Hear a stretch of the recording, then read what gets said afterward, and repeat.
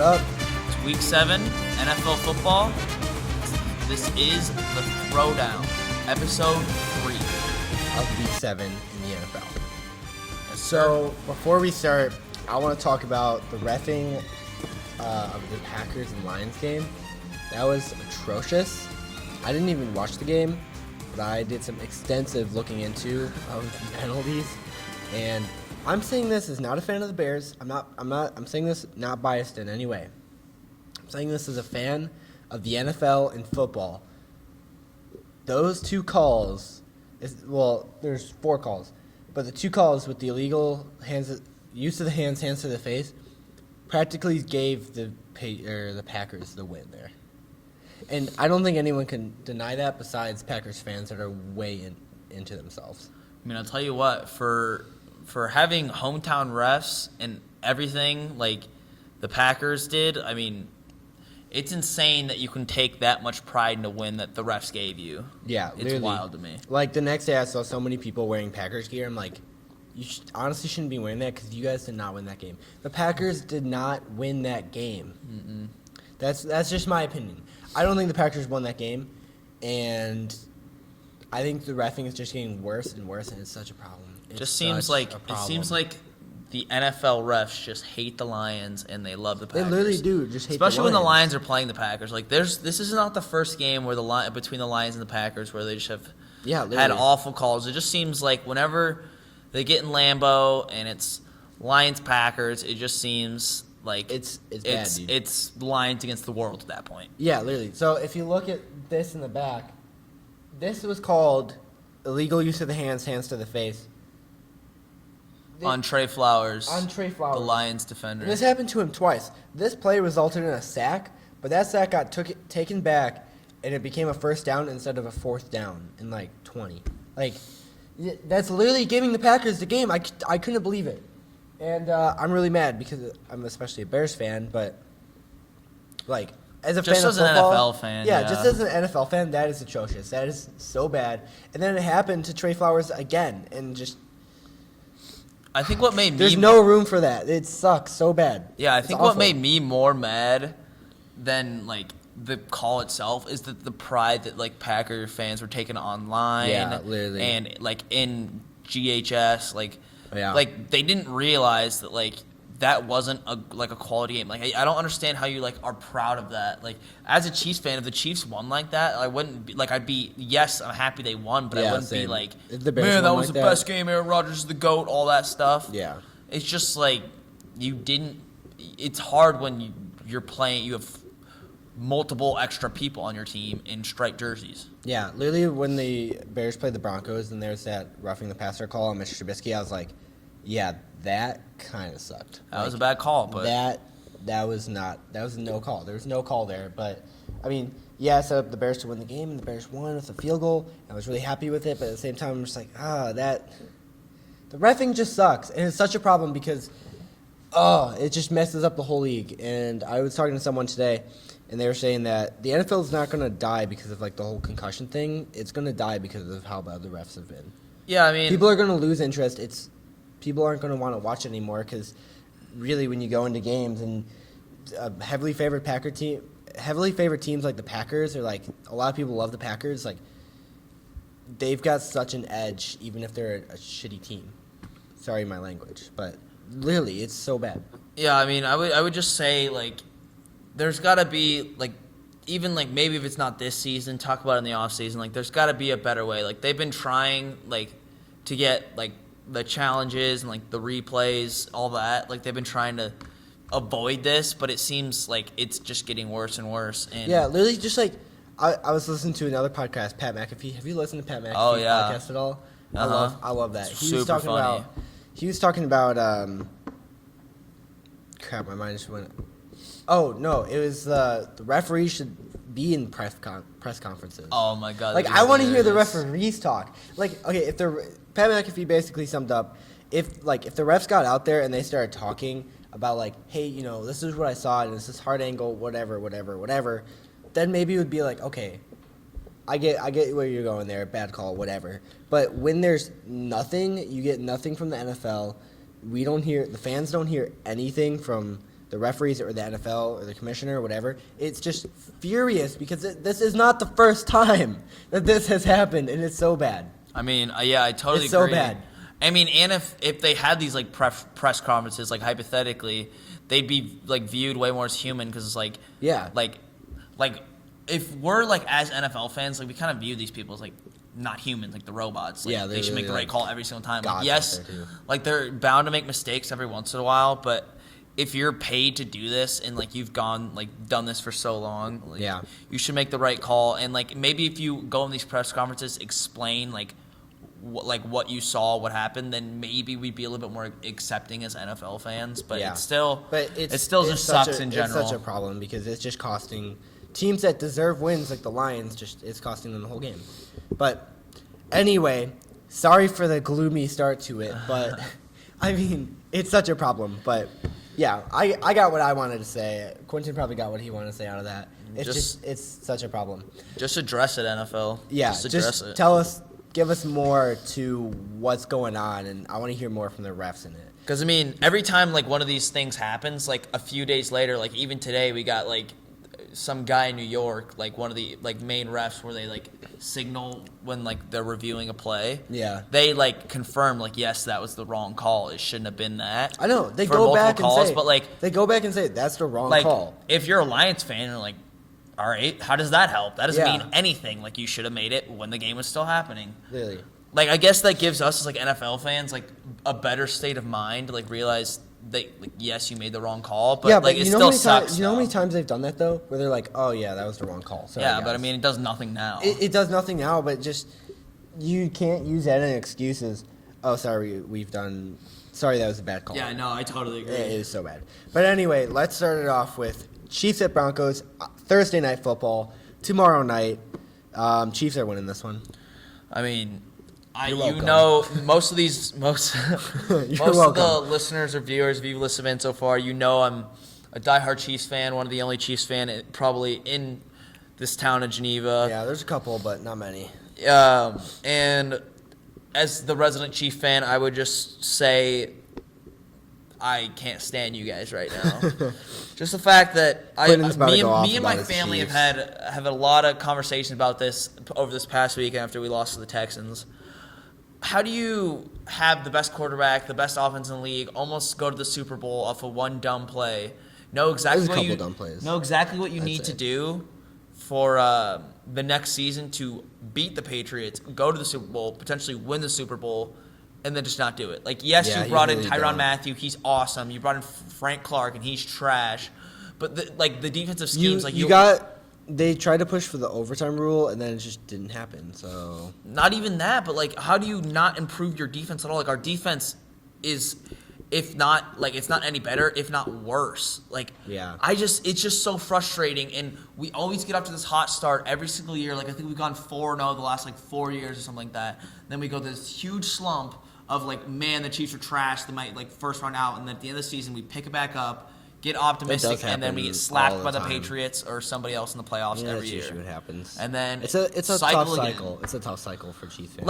I might sound a little conceited considering we have Patrick Mahomes. He is the MVP. We have an amazing offense. We're a good team, but it just sucks. It's so frustrating. Honestly, I'd rather have no hope than get this cycle of getting really excited, getting pissed, getting really excited, and then crumbling away all over again.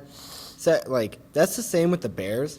I always have so much hope for the Bears, and then we do good, but it's just not good enough. Especially this season, just I don't know what's going on. I honestly don't know what's going on. It's not good. It's not good. But we were 3-3 last season, so I'm feeling pretty all right. I think we'll get into shape, but it's just the doubters are just maybe I'm just thinking about it too much. Because the Bears and the Chiefs will both make the playoffs. I think that's almost guaranteed. If the Lions won that game against the Packers, the Bears would have been the last in the NFC North. Yeah, you know that? Yeah, I know. That's a scary thing. Well, they just had their bye week. I know. Packers haven't had their bye week. Vikings, I don't think have had their bye week. But the Packers are 5-1. They play the Raiders. And the Lions are a good team. They are a good team. They've lost a lot of close games. The Lions are a really good team. We'll get to that though. But back on Thursday night. True. So with the Chiefs game, It's gonna be actually a pretty decent Thursday night game. I think Philip Lindsay can turn it on a bit. I think the Broncos offense will be moving, and I think the Chiefs offense will also be moving. I think both defenses are pretty crappy right now.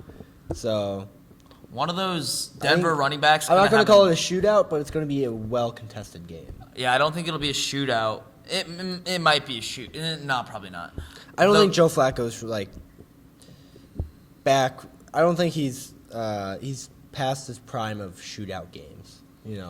I could see that, but I think the only reason that I don't think this Denver offense is good by any means. The only reason they're gonna have a good game statistically is because the Chiefs' run defense is trash. So Philip Lindsay or Royce Freeman will probably have a monster game. That's why I'd start. Yeah, probably Philip Lindsay. I'm starting Philip Lindsay. I'd probably start him just because we could run through the holes in the Chiefs' defensive line. They're that bad.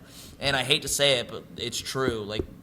Anybody can run through their holes, and they need to get their crap together. We're gonna not even do anything in the playoffs at all. What do you think about Cortland Sutton, wide receiver for the Broncos? I think he's a good young talent. He's really the only guy really out doing their things. Yeah, for the past 2 weeks, he's been a starter for me. I picked him up on waivers week 2, and he's been a solid decision. And I'm starting him over Jarvis Landry the past 2 weeks. Yeah, and he's been outperforming. He's been having pretty solid games. Joe Flacco, I think, likes throwing to him. He gets those big gains, and if you're looking for a wide receiver and Cortland Sutton is still a free agent or on waivers or whatever, pick him up. It's a definite pickup. He's a trade option you could probably get for pretty low value. Yeah, you could probably trade someone probably on your bench or a low end starter to get him. Yeah, agreed. And I agree, he does have good value because he really is the only big huge threat in the Denver's Broncos passing game. Yeah, if you're looking for a wide receiver, do that. Get Cortland Sutton. Yeah, I like that. Let's talk about the Chiefs side of the ball. Yeah. So I'm obviously starting Mahomes. You don't even have to question that. Mahomes. You're starting Mahomes. Yeah. The backfield's a little weird because no matter how bad the Chiefs play, everybody's gonna have a pretty good game statistically in the backfield. The Chiefs' backfield is kind of like the Patriots' backfield. It really is. There's a lot in there. There's a lot in there. You guys usually have one star back, but right now there's just a lot in there. We got both Williams, Damian, and Darrell. I feel like it's thrown off the offense just a bit. I think it is a little bit. It also hurts that our best offensive line, Eric Fisher, is out. That hurts real bad. But it's weird backfield. I would start Damian Williams. I would start LaShawn McCoy, but that's probably it. I wouldn't start Darrell Williams. Mm-hmm. He had good fantasy value when Damian Williams was out, and LaShawn McCoy was kind of banged up a little bit. But Darrell Williams, I think, is past the fantasy value, where he's fantasy viable or playable. But I'm on Tyreek's back. You're starting him. He had a good game. Yeah. He had to moss somebody, which is insane. He literally went over and got it over the Texans defender. That was crazy. Watching that play was insane. I'm happy Tyreek's back. Travis Kelce's probably, if you have him, you probably drafted him first or second. I got him second round. Yeah, you probably drafted him first or second tight end overall. And not that he hasn't been Travis Kelce. That's what I'd say. He's having okay games, but he's got to give me 2 or 3 more points a game, and I'll be happy. He's been averaging 4 points a game, which for Travis Kelce is not what you want to see. Yeah, it's really weird this year. Tight ends and wide receivers have been really quiet. All tight ends and wide receivers. Yeah, I would agree with that. In my eyes. And even if I would say the big name tight ends and wide receivers DeAndre Hopkins has been underperforming. Yep. Travis Kelce, all the big guys have been underperforming. I haven't heard too much from Zach Ertz. Julio Jones, not much. Mm-hmm. Antonio Brown. Oh wait. Gotcha. Yeah, literally, it's been kind of a weird season. For fantasy, it's been a weird season because there hasn't been many the top performers you think are top performers have just been not performing as much, but. We're only going into week 7, so we're not even halfway into the season. So it'll pick up. It'll pick up, I think. Another thing is Sammy Watkins is out. He's not playing Thursday night, which that definitely hurts everybody. So that makes Mecole Hardman a lot more present in that offense. Yeah. Especially that deep ball threat. Yes, we have Tyreek back, which definitely hurts Mecole Hardman because he definitely filled in for Tyreek being that deep ball guy when Tyreek was gone, but he's a deep flex play. I definitely look at him when you when you don't have many other options. He's in a few of my leagues, 2 out of 3 leagues I'm in. He's on the waivers, so he's definitely someone to look at when you don't have anybody else. So. Yeah. So that's Thursday Night Football. I've got the Chiefs winning 37-27. That's closer than I would put it. Yeah. I don't think that our defense is gonna get back on track by any means, but I think our offense will. I got Denver is gonna score. Let's see, they're gonna score 24. 24. All right, and nice. the Chiefs are gonna score 38. All right. I got to win by 2 touchdowns. You got pretty similar scores, but yeah. All right, I like that. So into the Sunday games, and literally looking at the schedule, this is a bad week. Yeah, it doesn't. All games are really bad. There's a few that are okay, but yeah, a lot of this is definitely an off week. There's not any huge matchups that you're looking at. You're like, dang, that's gonna be an awesome game. I've got my game of the week, but it's really like it's a maybe game of the week. Like it can be big. It's not going to be big, you know. Yeah, it's a weird week. Game of the week. It's a weird freaking week. But the first game up is Dolphins at the Bills. Bills are winning this. That's pretty obvious. Yeah, I mean, the Dolphins are back to starting Fitzpatrick quarterback. They're benching Josh Rosen. I just saw that report. Wow. Yeah. Okay. They're back to Fitzmagic. Okay. Maybe Fitzmagic can show up, but yeah, no. Listen, yeah, he's bad now. If Dolphins make the playoffs, I'm going to cut off my arm. If the Dolphins make the playoffs this year, I'm cutting off my arm. Let's hope Kyle doesn't have to cut off his arm, but yeah, I don't think that's gonna happen. Yeah, so that's why I'm making that bet, because I don't think it's gonna happen. I don't think there's any way. And if the Dolphins do somehow make the playoffs, it's a stupid decision because tank for Tua, baby. Yeah. Sorry.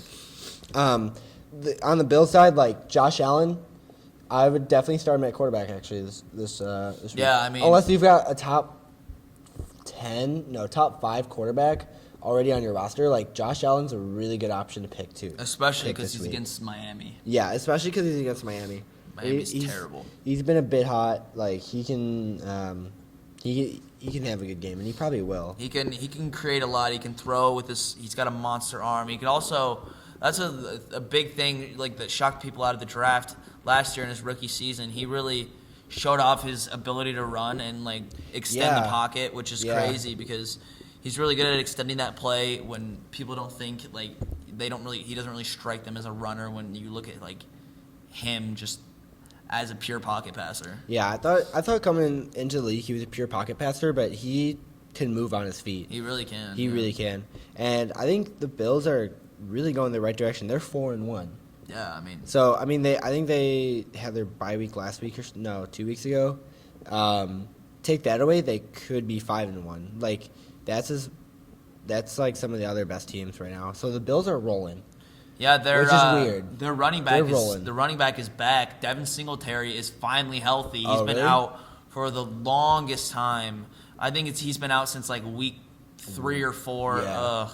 He's finally back, and I'm excited about it because I'm a Devin Singletary owner, and he was nice. He was putting up solid numbers for a rookie running back before he got out, but he's finally back. So I wouldn't necessarily play him just because you don't know if they're really gonna like break him out and actually like let him go this week, or maybe it's like they'll a flex. ease him back into it. I could put him as like a flex, maybe. Yeah, it just depends because I would monitor Devin Singletary just depending on if they're going to throw him back in there or they're going to ease him in limited snaps, limited carries, limited plays. Yeah. For the Dolphin side, don't start anyone again. Nobody.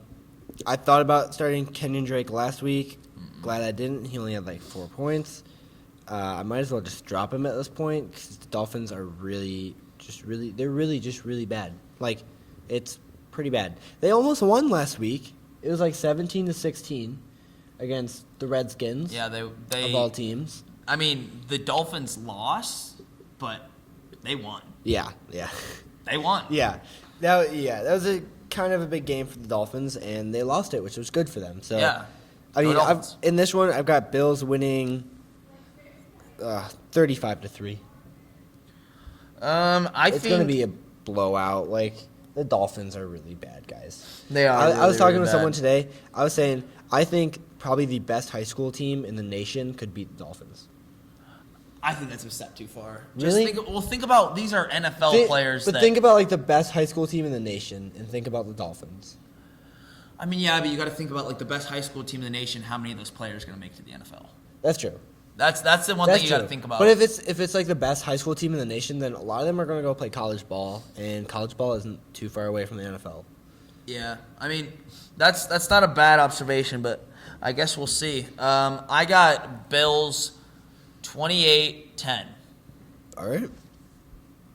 Yeah. All right, moving on to the next game, we got Jags at the Bengals. Another dumpy game. Game. I think Gardner Minshew is going to have a good game, but I still wouldn't start him. I love the guy, but I have him on my team. He had a bad week last week. He had a pretty bad week. He only got 2 points, but He had a real good thing bad he was week. on my bench. Yeah, he was. I actually started him in one of my leagues, and no. I was very disappointed. I like Gardner Minshew a lot. I think he is a pretty good answer for the Jaguars right now. But I mean, What I would keep they're against saying, the Bengals, so he's probably going to do good because the Bengals suck. What I would keep saying about Gardner Minshew is that he's not the savior everybody thinks he is. I said this last week. I'm going to say it again. Yes, he's the answer right now, but he's not a franchise quarterback. Like, yeah, I don't think he's going to start next season for the Jags. Really? I don't think so. Right. I don't think he's a franchise quarterback. Yeah, because he's getting all this hype right now. there he is. There he is getting absolutely planted to the ground. But like, I don't know. I don't like the Jaguars jerseys right now. I thought their old jerseys were a lot better. But Minshew on that and that nice teal sky bluish thing looks pretty good to me. Yeah. If the Jaguars make the playoffs, I It looks might even better when he's on the ground. I might get a Minshew jersey if the Jags make the playoffs.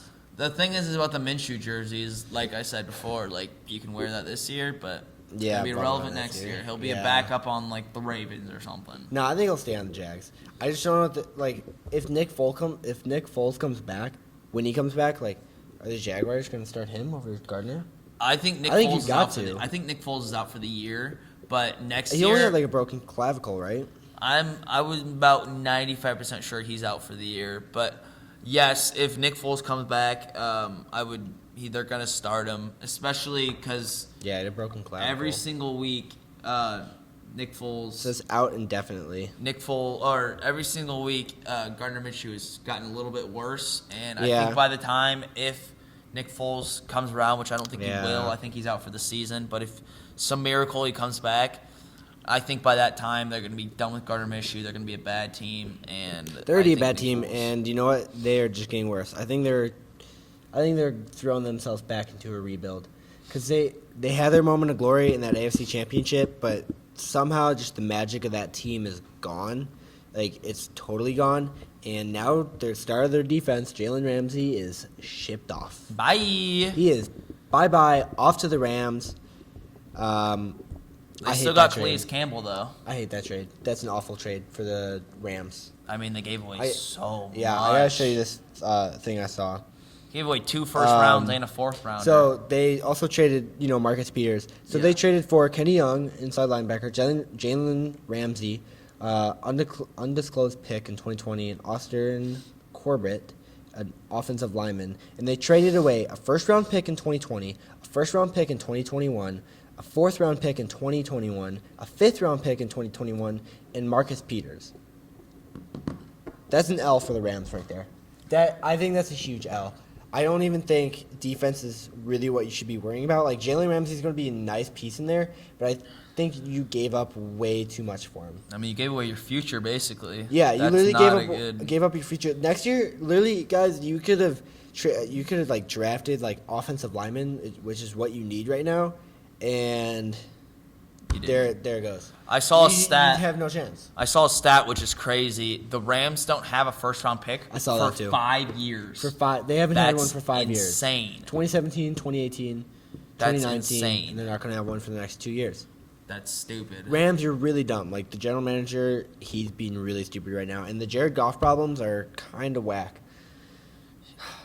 Jared Goff problems kind of whack. I don't know how I feel about Jared Goff. I don't really know either. Like, he's just been off. He's been totally off. Do you think it's like a Cam Newton thing where they lose in the Super Bowl and they're just done? Like, That's a weird thing because I agree with like the Cam Newton thing. He did kind of get worse and worse and worse ever since that MVP season. Yeah, ever since he lost in the Super Bowl to the Broncos, like, Cam Newton's not been the same. And I think Cam Newton's back to practicing. Did you know that? I did know that. He returned to practice this week. And I don't think he's going to start. I think the Rams are rolling right now with Christian McCaffrey and Kyle Allen, and I don't think they're going to put him back in. I think he's just out of here. I think he's gone. I think he's going to get traded away. I don't know what team. I was listening to the Pat McAfee podcast again, and Pat McAfee said his number one team his number one landing spot for Cam Newton is the Bears. That would be awesome. But I don't like that. I've never liked Cam Newton. He's an absolute loser. He's better than Mitch Trubisky. You know he is too. No. Cam Newton won an MVP. Mitch Trubisky will never win an MVP. Hey, dude, look at Cam Newton in the past 2 years. He's been dog poop. He's been awful. Who says he's been bad? He's been really bad, and he's not getting better. And that shoulder injury or whatever keeps coming back, and it's not good. It's not good on Cam Newton. He's a loser. Ever since he lost, he's not had the same mojo. I heard it somewhere. He lost his happiness. All right. He lost his happiness. I think we're talking too much about Cam Newton. We should get back on track. They're not even playing this week. They got a bye, so they got a lot of time to figure that out. They got time to figure it out, but I don't think Cam Newton's going to play another game for the Panthers. Really? Yeah. You don't think he's ever going to play another game? I don't think he's ever going to play another game for the Panthers. I think he's going to start. I think he's going to come back and start because Kyle Allen. Make a bet? Kyle Allen has really not.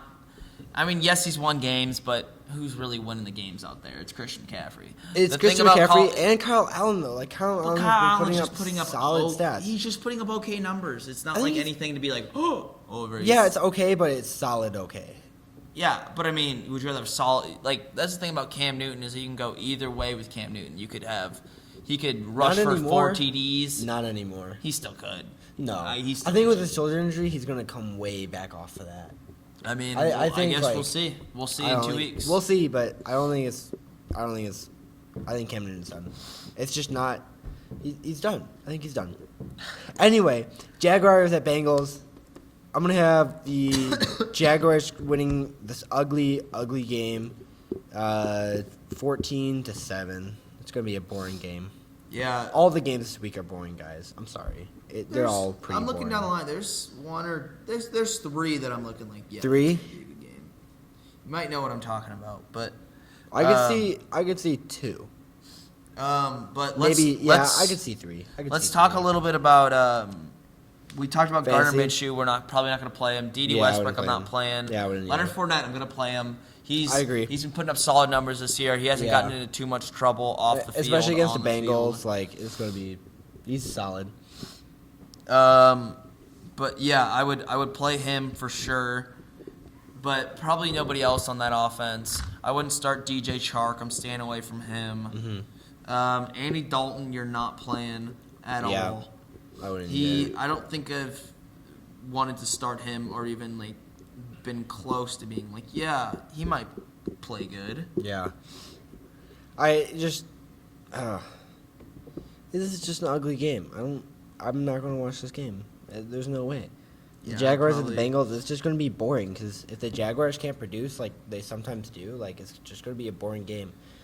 And the Bengals just are really bad too. Like the Bengals are awful. Has their wide receiver core been getting any healthier? The Bengals? I know Tyler Boyd is fine. AJ Green is still not going to play. I'm not sure about John Ross. I can look. Let me look real quick about John Ross. Okay. John Ross. He's actually, wow. I didn't even know that. He's on the IR. Oh, so he is out for a while. He's out. So, yeah drop him probably. Yeah, buy John Ross. Yeah. But Joe Mixon, that's another polarizing guy. Start you gotta sit or start. That's the thing is that I personally would not start him, but the thing that sucks about this, like I keep saying this week in, week out, I think I would start him. You probably drafted Joe Mixon relatively high, and it sucks not playing your high draft picks this early in the season. But I think this is the week starting where you got to realize maybe it's his off year, maybe he's not what he was last year. It's getting in the weeks where your top picks, if they're not performing, you got to start looking at them more. Because I'm going to start looking at DeAndre Hopkins this week. Yeah. If he doesn't produce this week, trade. I'm going to try to trade him. I mean, that's something you think about. If I could get a solid running back and another wide receiver back for him, I think DeAndre Hopkins is off my team, which is sad because I was really excited to have him this year, and he just kind of is not producing at all. And it doesn't, I don't know. It just stinks. It's just, for all that Deshaun Watson's doing right now, it's because he loves DeAndre Hopkins is getting none of the love. It's because he loves Will Fuller so much. Will Fuller is putting up huge numbers, but DeAndre Hopkins definitely is not getting the love or respect he deserves. Yeah. All right. Jaguars. I said 14-7. What do you think? I got Jags 21-14. All right. Next game, Vikings at the Lions. This might be a more interesting game. NFC North matchup. I think Kirk Cousins, he still sucks. I mean, he had a really good game. But I think he still sucks. He had a really good game. He's still a bum. I still think he's not. Listen, Vikings, make it to the playoffs with Kirk Cousins, and then I'll be like, okay. I really think they will. I really do. Really? You think they'll make the playoffs? I mean, Stephon Diggs is finally rolling. He had his first statistically good game this season, which was awesome to see. I think he had 30 fantasy points or something crazy like that. Yeah, he had 40 or something. Yeah, he had a really good game. But Adam Thielen, I'm still going to start him. Stephon Diggs, I'm starting this week because he's finally looking like. Would you start Kirk Cousins this week? See, 2 weeks in a row, I have Kirk Cousins and I haven't started him, and he's putting up solid numbers.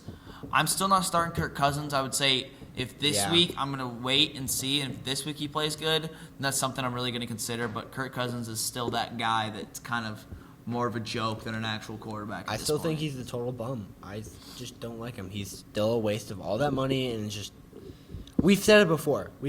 You've heard this before, but yeah, we're not big fans of Kirk Cousins on this podcast. But not fans.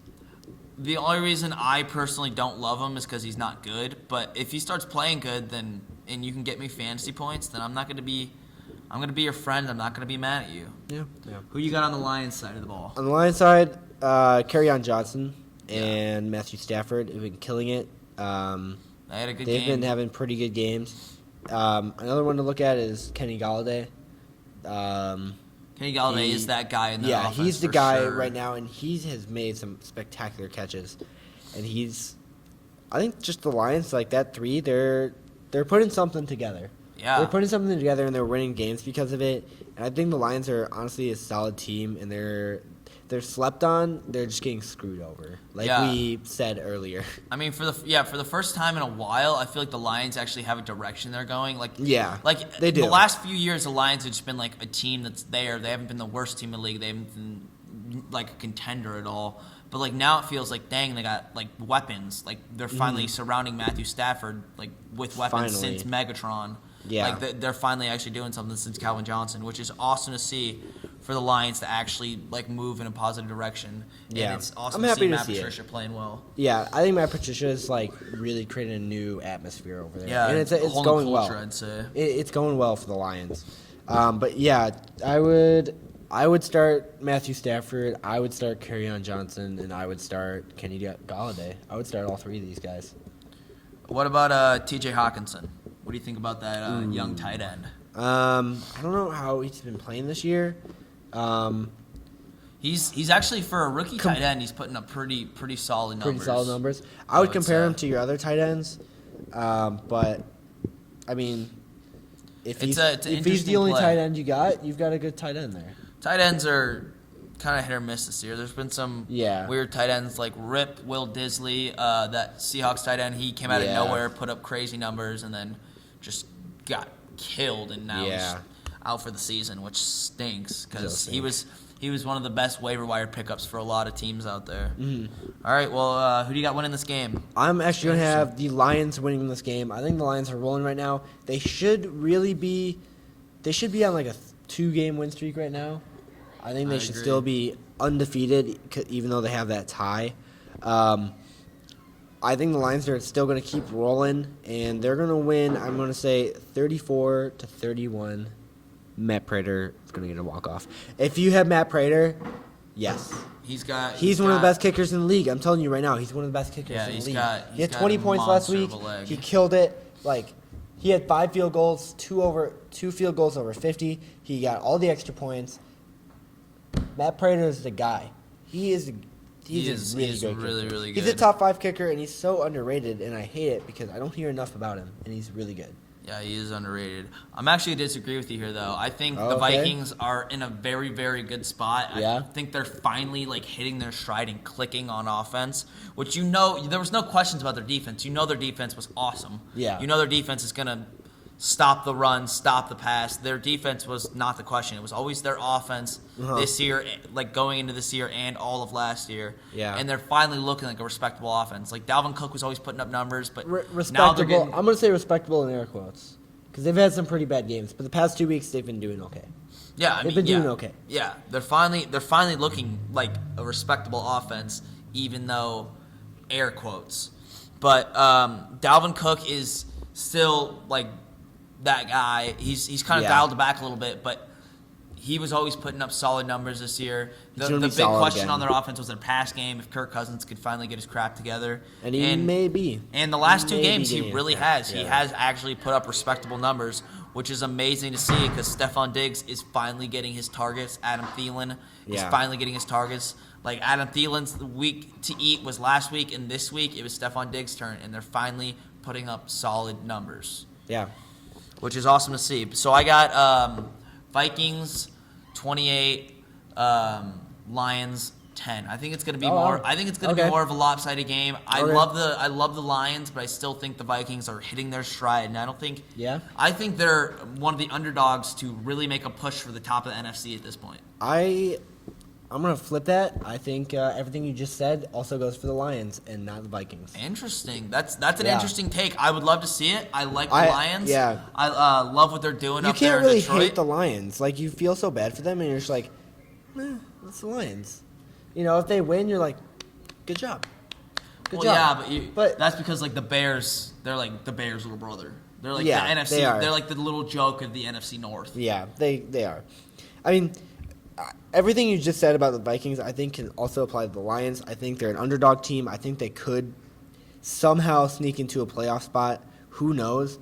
I like the Lions as a team right now, and that's why I have them winning. And they're at home, so they're playing in Ford Field, and I think the Detroit fans are they're gonna start noticing that their team's doing a bit better. Next game is the Raiders at the Packers. I hate talking about the Packers.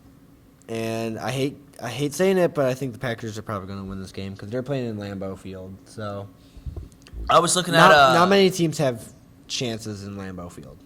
Yeah, it is one of the best home field advantages. I was looking at a playoff picture if the playoffs started this week, and one of the biggest shocks to me is that the Raiders were in the playoffs as a wild card team, really? Which is crazy to think about because you think of the Raiders joke, John Gruden, that's funny, he's a bum, he's weird, he's just a funny, stupid guy. They've been solid. They've been pretty solid. They've been low key winning games. They're 3-2 right now. That's a solid, respectable record. Do I think they're going to beat the Packers? No, but I don't think they're a joke of the team that they were last year. I really think. I think the Raiders are now a respectable team that you actually have to prepare to beat. Last year or the year before that, they've been one of those joke teams where it's okay, we're playing the Raiders this week. That's a good win. They're the Dolphins this year. Yeah, this year they're actually doing pretty solid, and you never really know if they're going to win or not. It's really just what is John Gruden going to throw at you this week? Yeah, I mean I love that John Gruden's actually coaching now because it felt like he was just more of a fun guy to be there and yell at the team and just more of a media. But he's coaching a lot better now than actually coaching the team, and he's taken initiative this season. He was absolutely embarrassed. He was a laughing stock of the NFL, and I think John Gruden really took that to heart and got his crap together this year. Yeah. On the fantasy side of things, I'm gonna still start Aaron Jones. for the Packers. He had a disappointing week. He really did have a disappointing week, but I'm still going to have to start him. I think Aaron Rodgers is always a must start. On the Raiders side, Josh Jacobs, I think he's a definite start for me. Let's talk about Devontae Adams, because that's a weird one, because he didn't play. Has he been injured? He didn't play, which sucked because he was my first round pick in one of my leagues. So he's been out a couple weeks, like here and there, which is really upsetting. And I mean, that really sucks for any Devontae Adams owners out there, because chances are you drafted him really, really high. Yeah, has he been injured, right? Yeah, he's Okay. been there's been like a few weeks where he's been in and out. Like he didn't play against Dallas, he didn't play against Detroit. 2 straight weeks he's been out.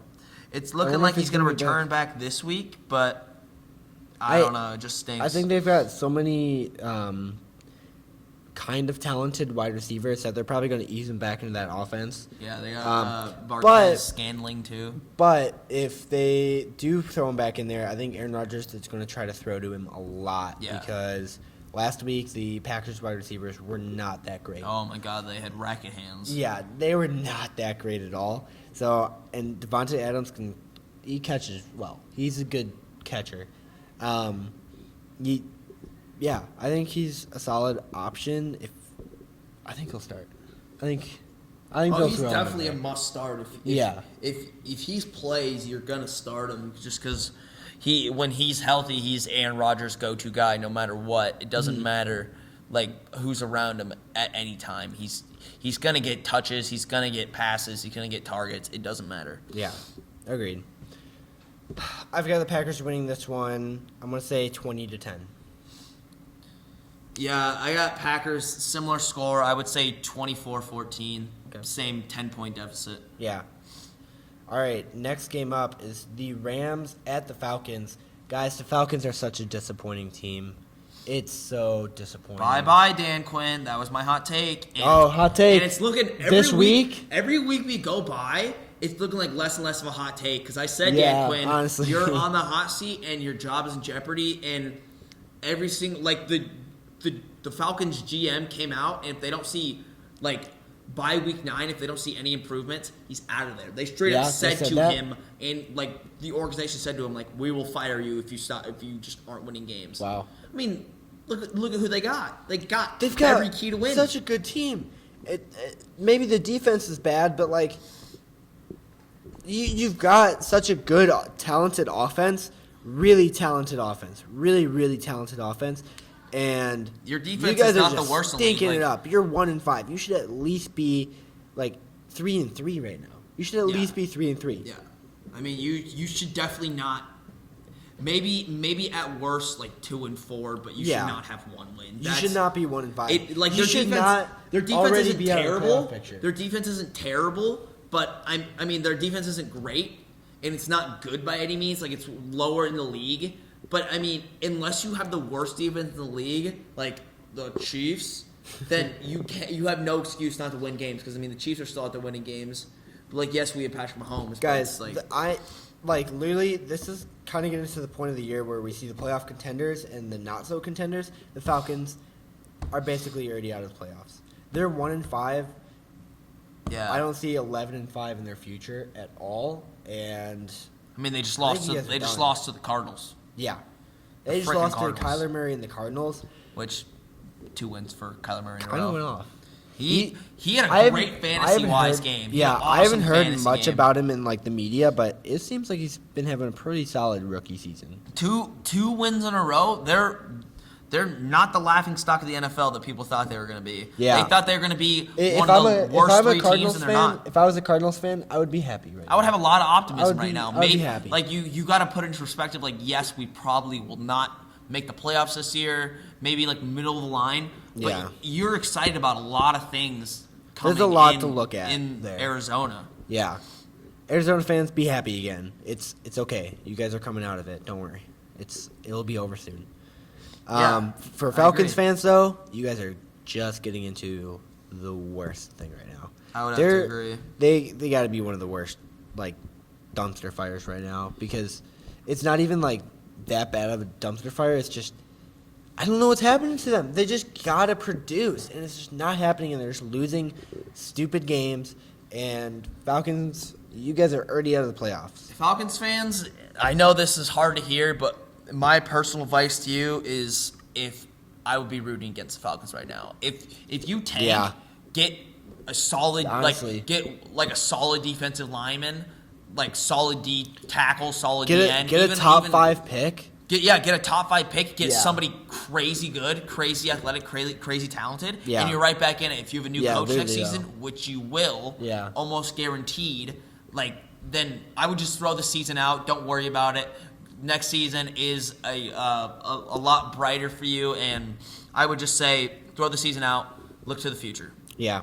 On the Rams side of the ball, Rams, I don't know what's going on with you guys right now. I don't know why you're not winning games. It's just kind of ugly. It's really ugly over there. Rams better thank their lucky stars that they're playing a terrible team this week because they have been playing awful as well. Yeah, I agree. It's just the Rams have been playing really bad.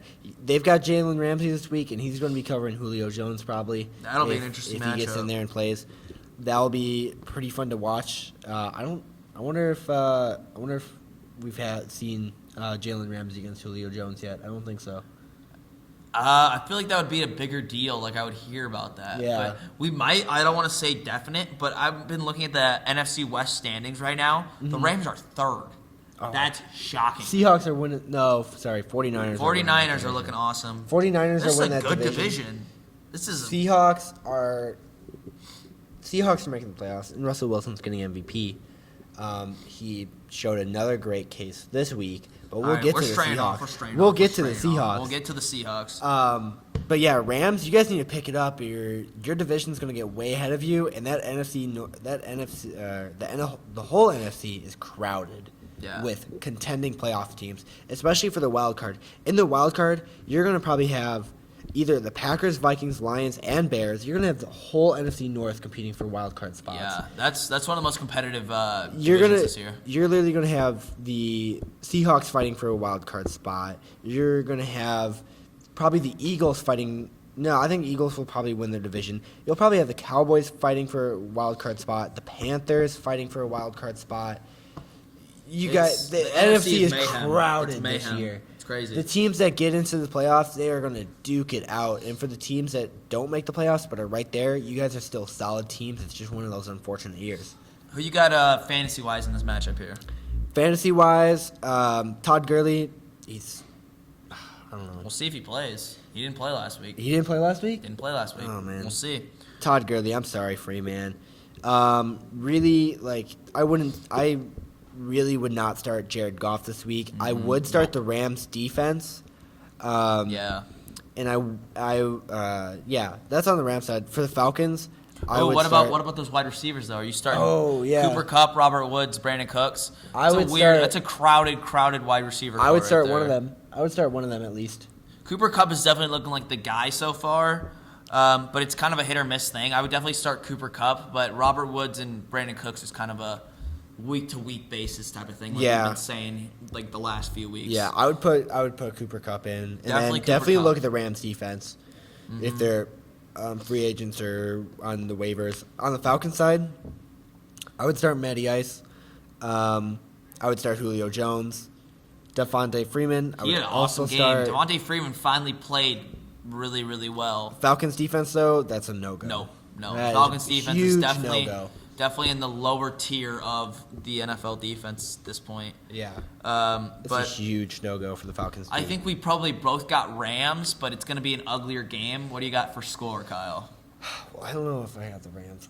Really? Okay. You have the Falcons? I don't know, man. They're playing in Atlanta. It's going to be a rowdy crowd out there. I don't think Atlanta fans are happy. So you're saying the Rams are going to have a negative record. They're going to be 3-4 if they lose this game. That's the only thing that's holding me back because I just cannot envision the Rams going 3-4 this far. For me, this game's just a gut feeling right now. I just think the Falcons are going to win this. I love that take, but I completely disagree with you. That's an interesting one. And I don't blame you for disagreeing with me, but in my gut right now, I've got the Falcons squeezing out a win here. Probably, I'm going to say 22 to 22-20.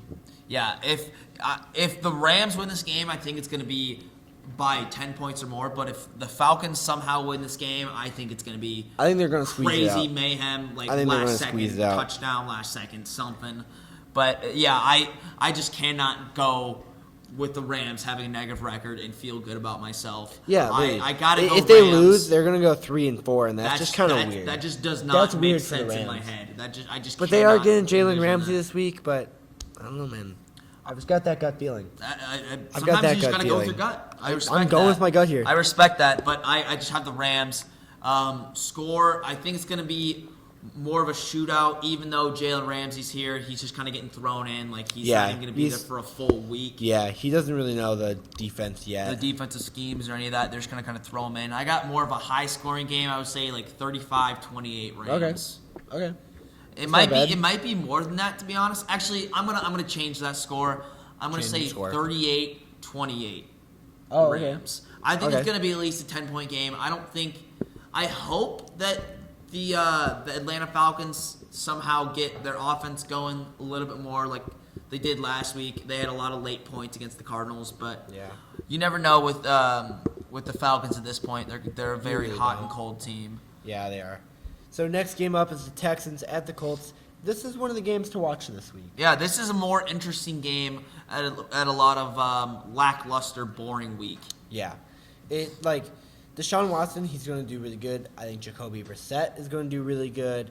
I think both of these teams just have quarterbacks that are having fun right now. They're throwing touchdowns. They are rolling. And, I think for, fantasy right now, definitely start Deshaun Watson and definitely start he's a must-play. Jacoby Brissett. Ooh. Yeah. I don't know if he's a must-start. Against the Texans' defense, which has kind of been slow.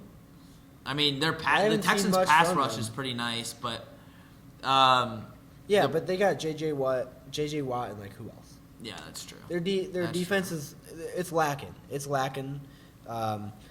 It's not doing as great, and I think Jacoby Brissett is going to have a good game. Marlon Mack probably going to have a good game. I think that offensive line is going to hold off the Texans pretty good. I'm confident in the Colts winning this game. Really? Yeah. Because, I mean, the Texans looked like world beaters out there. I know. Against the pass, I mean, they beat the Chiefs. Kyle, you're right. But the Colts also beat the Chiefs. The Colts also beat the Chiefs. This is a matchup of the Chief beaters. But, yeah, Kyle, you're right. With their secondary is the 10th worst in the NFL for the Texans. And I think that's a pretty friendly matchup for Jacoby Brissett. It is. He's going to have a good game. I think T.Y. Hilton's going to be targeted a lot this game. Oh, yeah? He's a pretty solid player about every week. There's not too many weeks where I don't think, where I'm like, oh, he probably won't start or something like that. Yeah. Eric Ebron's another guy he's interesting just because his production has definitely been down from his breakout season last year. Yeah. He definitely is a hit or miss type of guy. His stats over the years 1.8, 11.5, 7.7, 11.8, and 1.8 again. The only thing about Eric Ebron is that he's definitely a hit or miss guy. Yeah. If it's his week, it's his week. But literally. Another interesting stat that you got to look at here is that against opposing tight ends, the Houston Texans are the third best. Oh, really? So that's a very unfriendly matchup against Eric Ebron, and especially with this hot and cold, I'd probably stay away from him. I would too. I don't think Eric Ebron's a pretty good answer this week. I think the ball is mostly going to get to the receivers and especially Marlon Mack. Yeah, Marlon Mack is having the best season of his career, no doubt. He's having a great time. Yeah, he really is. He kind of broke onto the scene this year. Yes, people knew his name, but he wasn't really a star outside of Indianapolis. He wasn't a much talked about running back last year. I really thought in the offseason they were going to go after Le'Veon Bell. Yeah, they were. Le'Veon Bell did not show up in Indianapolis. But Marlon Mack seems to be doing more than Le'Veon Bell. I mean, well, That's The Jets' offense is just really poor. It's just. but they had a good week against the Cowboys though. You got to think about that. They really did put up points against the Cowboys, They which finally put up a solid amount of points. and is that back because Sam Darnold is back? Maybe, I think so. Yeah. but we'll get to them in a minute. Who do you got on the Texans side of the ball? Texans, Carlos Hyde. You got a starting? He had a good game last week. I mean, you got to keep in mind, again, anybody can run through the Chiefs. Anybody. That's true. But I would still start Carlos Hyde like a solid flex. DeAndre Hopkins is a real question this week for me. I'm starting him, but I'm still gonna have to start him this week. I still recommend starting DeAndre Hopkins this week. He's just such a player that you can't sit, even though he's been having really bad games. He's not been getting the ball, but he's still a top option. I mean, I think every single person, especially DeAndre Hopkins owners, they're still holding out for him. Like, I am. I definitely am. You can't write off DeAndre Hopkins because in almost every single league, he was the number one wide receiver taken. He was the number one wide receiver taken for me. Almost in every single league. Yeah. But once the trade deadline comes in my fantasy league, like, I'm going to look to trade him away, though, if he doesn't step up his production. Yeah. Then that's a sad reality, but, I mean, I've learned my lesson. Don't draft a wide receiver in the first round. You know? That's definitely an interesting take because, I mean, the running back it's definitely a more sure position, especially that early in leagues, to get the ball that many times a game. Yeah. But another thing you got to look at is Will Fuller is really eating into that production that DeAndre Hopkins could have. He is. Because, like, I mean, a lot. Will Fuller kind of busted on the scene, had one of the best fantasy About 2 weeks ago? fantasy performances ever by a wide receiver. He 53.7 points in Yahoo leagues. And then he got a lot of receptions, only had 9.4 points last week. But, I mean, he got a ton of targets. He actually dropped 2 potential touchdowns. Really? Yeah, he dropped green grass ahead of him, easy touchdowns, and went right through his hands. So Will Fuller is a must start at this point. He is. Unless you're crazy, unless you have like a 6-team league, you got to start Will Fuller. And I know it sucks for the DeAndre Hopkins owners, but he is looking awesome. Yeah. The volume is there for Will Fuller. I actually think he out-targeted DeAndre Hopkins, which totally is did. crazy to me. He totally did. Like, DeAndre Hopkins is getting double, triple coverage. Like, teams are stopping DeAndre Hopkins, and it's showing. And that really opens up the lane for the speedster Will Fuller. It does. So, for this game, I've got the Colts winning. You say your score first. Well, I actually have the Texans winning, and I have the Texans winning, I wouldn't say surely, but I would say I would give them about 10 points. I think they're going to, with the offensive firepower that both these teams have at this point, with that offensive line of the Colts just looking stellar, I think it's going to be more of an offensive battle than a defensive battle at this point. I would say 42-30 is going to be my score for the Texans Colts, and I got the Texans winning. All right, I just thought of this. Texans and Colts are going to tie 38-38. Okay. Why not? We got to throw in a tie somewhere. I like that pick. That's interesting. These teams are really fairly even.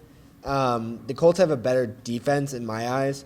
I agree with that. But these teams are pretty even, and it's a divisional matchup. And who doesn't love a tie that just totally screws up divisions? You know. True. Yeah. Yeah. Especially when it's not your team's division. Yeah, especially. That's amazing. Yeah. But yeah, that's me and Kyle are going to disagree on that, but I do think that's going to be one of the better games of the week, no doubt. I agree with you. It's a half agree. It's a half agree. It's a half agree. That's our first half agree of the Throwdown podcast. Yeah. But it's half. definitely keep an eye on this game because, as we said before, it's going to be the more interesting games of a boring week. It's gonna be your must-watch 1:00 game. Mm-hmm. Yeah, this is definitely the most interesting 1:00 game. That or the Vikings at Lions, but I definitely think this game is the more interesting one to tune into for sure. Yeah. Next game up is the 49ers at the Redskins. 49ers are winning this game. 49ers are rolling. They are rolling and rolling. Jimmy G, the defense, all of it. It's all working. It's such great synergy over there, and 49ers are undefeated still. They're 1,000% the surprise team this year. Nobody expected them to be this I kind of good. expected them. Really? But do you expect them to be undefeated To be undefeated at this point? so far, no. Exactly. That's what I'm saying is that people, like especially 49ers fans, had high hopes for them this year, as many teams do. But I don't even think 49ers fans expected them to be this good. Agreed. That's insane. You know what the crazy thing is? That Jimmy G is not playing out of his mind whatsoever, but their offense is still playing amazing. That run by committee that they're having is insane. They're playing amazing. Like Matt Breida is putting up stats. Mm-hmm. Tevin Coleman's out there doing stuff. He's really. I mean, I would just say the San Francisco 49ers are probably the most fun team in the NFL right now. They really are. And if too bad they're against the Redskins this week because obviously the 49ers are going to win here. But easily. If they were against any other team, it'd be one of the game of the weeks. You know? Yeah, I mean, I'm just waiting for a real big challenge for the 49ers. We thought it was going to be the Browns, challenges. but they just threw them into the ground. Like it wasn't a good game to watch at all. Like, it was a terrible game. They've had their challenges, but I mean, 49ers are just rolling. They've been against average teams. Yeah, I would have to agree with you that they really haven't had that huge challenge yet. Yeah. And I mean, we all know it's pretty obvious that the Washington Redskins are a bad team. They're just not good. It really is. So let me just say who the 49ers have beat so far. They've beat Tampa Bay, bad, easy win. Bengals, easy bad. Win. Really bad. Steelers, easy win. Bad. Actually looking better though, but still bad. Yeah. Cleveland, pretty easy win. I mean, they beat them. I hate to say it, but Cleveland, that's an easy win at this point. They look bad. And then last week they beat the Rams. So still, but I mean, the Rams just need to find their identity. The Rams need to. I still think the Rams are playing worse. Than actually, I would switch it up. I think they're playing better than their record is showing. But you think so? I don't think they should be 3-3 right now. Yeah. It still boggles my mind. They're 3-3. Yeah. But I would not say that's a huge. I'm looking at them to play a team like the Packers or someone like that, like the Saints, someone in their schedule for the rest of the season's pretty good. They play Washington, Carolina. That's going to be an interesting game. That will be, yeah. Arizona, Seattle. That's going to be another interesting game. Seattle will be their biggest challenge. Seattle, and I think Seattle's really going to be. Whenever their that game challenge. comes around, you can mark it down already. That's my game of the week for sure. Oh, okay. Easily, I like it. Big time. I like it. Then they're going to play Arizona again. Then they play Green Bay. That's going to be an awesome game. That's going to be a pretty awesome unless game. Aaron Rodgers shatters his And they're in Lambeau Field. That's going to be an awesome game. Is that when's Thanksgiving? Sometime in November. I think it's the second week of November. I think it's the 22nd, maybe. I don't know. It's Sunday, November 24th. I don't think that's Thanksgiving. And then they play at Baltimore, at New Orleans. That will be a really good game versus Atlanta, and then versus the Rams again. And then their final game of the season is at Seattle. The 49ers have a pretty easy schedule, but they've got the Saints, the Packers, and Seattle in there, and Carolina, which are going to be tough games, but I think they're going to pull through. I don't think there's any way that they're going to go undefeated. I don't think any team's going to go undefeated this year. Maybe the Patriots. I think the best team, the team that has the best chance to go is definitely the Patriots this year, but I don't see any team going undefeated. I think the best someone's going to go is maybe 14-2, 13-3. Yeah. But yeah, it's kind of a shoe-in that the 49ers will win this game. What do you got about fantasy-wise? I just want to say one thing for the Redskins. The only player that I'm starting on the Redskins team is Terry McLaurin. He had a great game last week in the Toilet Bowl against the Miami Dolphins. He's got definitely, no doubt, a tougher matchup this week, but I still think they're going to rely on him for almost everything this week. He's really the only like huge threat in that offense at this point. Yeah. Adrian Peterson is looking old. Chris Thompson is just not very good. So they're gonna rely on him super, super heavily, and he's gonna get the targets. And I would say, if you're starting anybody on the Redskins you start him. I agree. On the 49ers side, like, it's hard to pick out of that run committee. Yeah, but if you're starting anybody, Matt Breida's the guy. Yeah, I have Matt Breida on my team, and am I starting him this week? I'll have to check my lineup. Something I you might got to be think starting him about. this week. I mean, as long as their offense keeps rolling, then You know what? I am starting him this week. I'm starting him over David Montgomery. I'm benching Montgomery this week. I think that's a good move because Yeah. he's still. Everybody thought like, all right, the first few games, Tariq Cohen and him will like go 50-50 or Yeah. like whatever, I'm so David pissed Montgomery will about finally it. like break out, and he's still yet to break out. It's really like the Bears' offensive line, and they're making changes in there. They put Kyle Long on long-term IR, so he's out for the rest of the season. But it's just I feel so disappointed because I drafted David Montgomery in the 3rd round, and I could have gotten any other really good running backs. But I mean, that's what happens when you're. That's what happens. That's what happens when I'm a huge Bears fan. Yeah.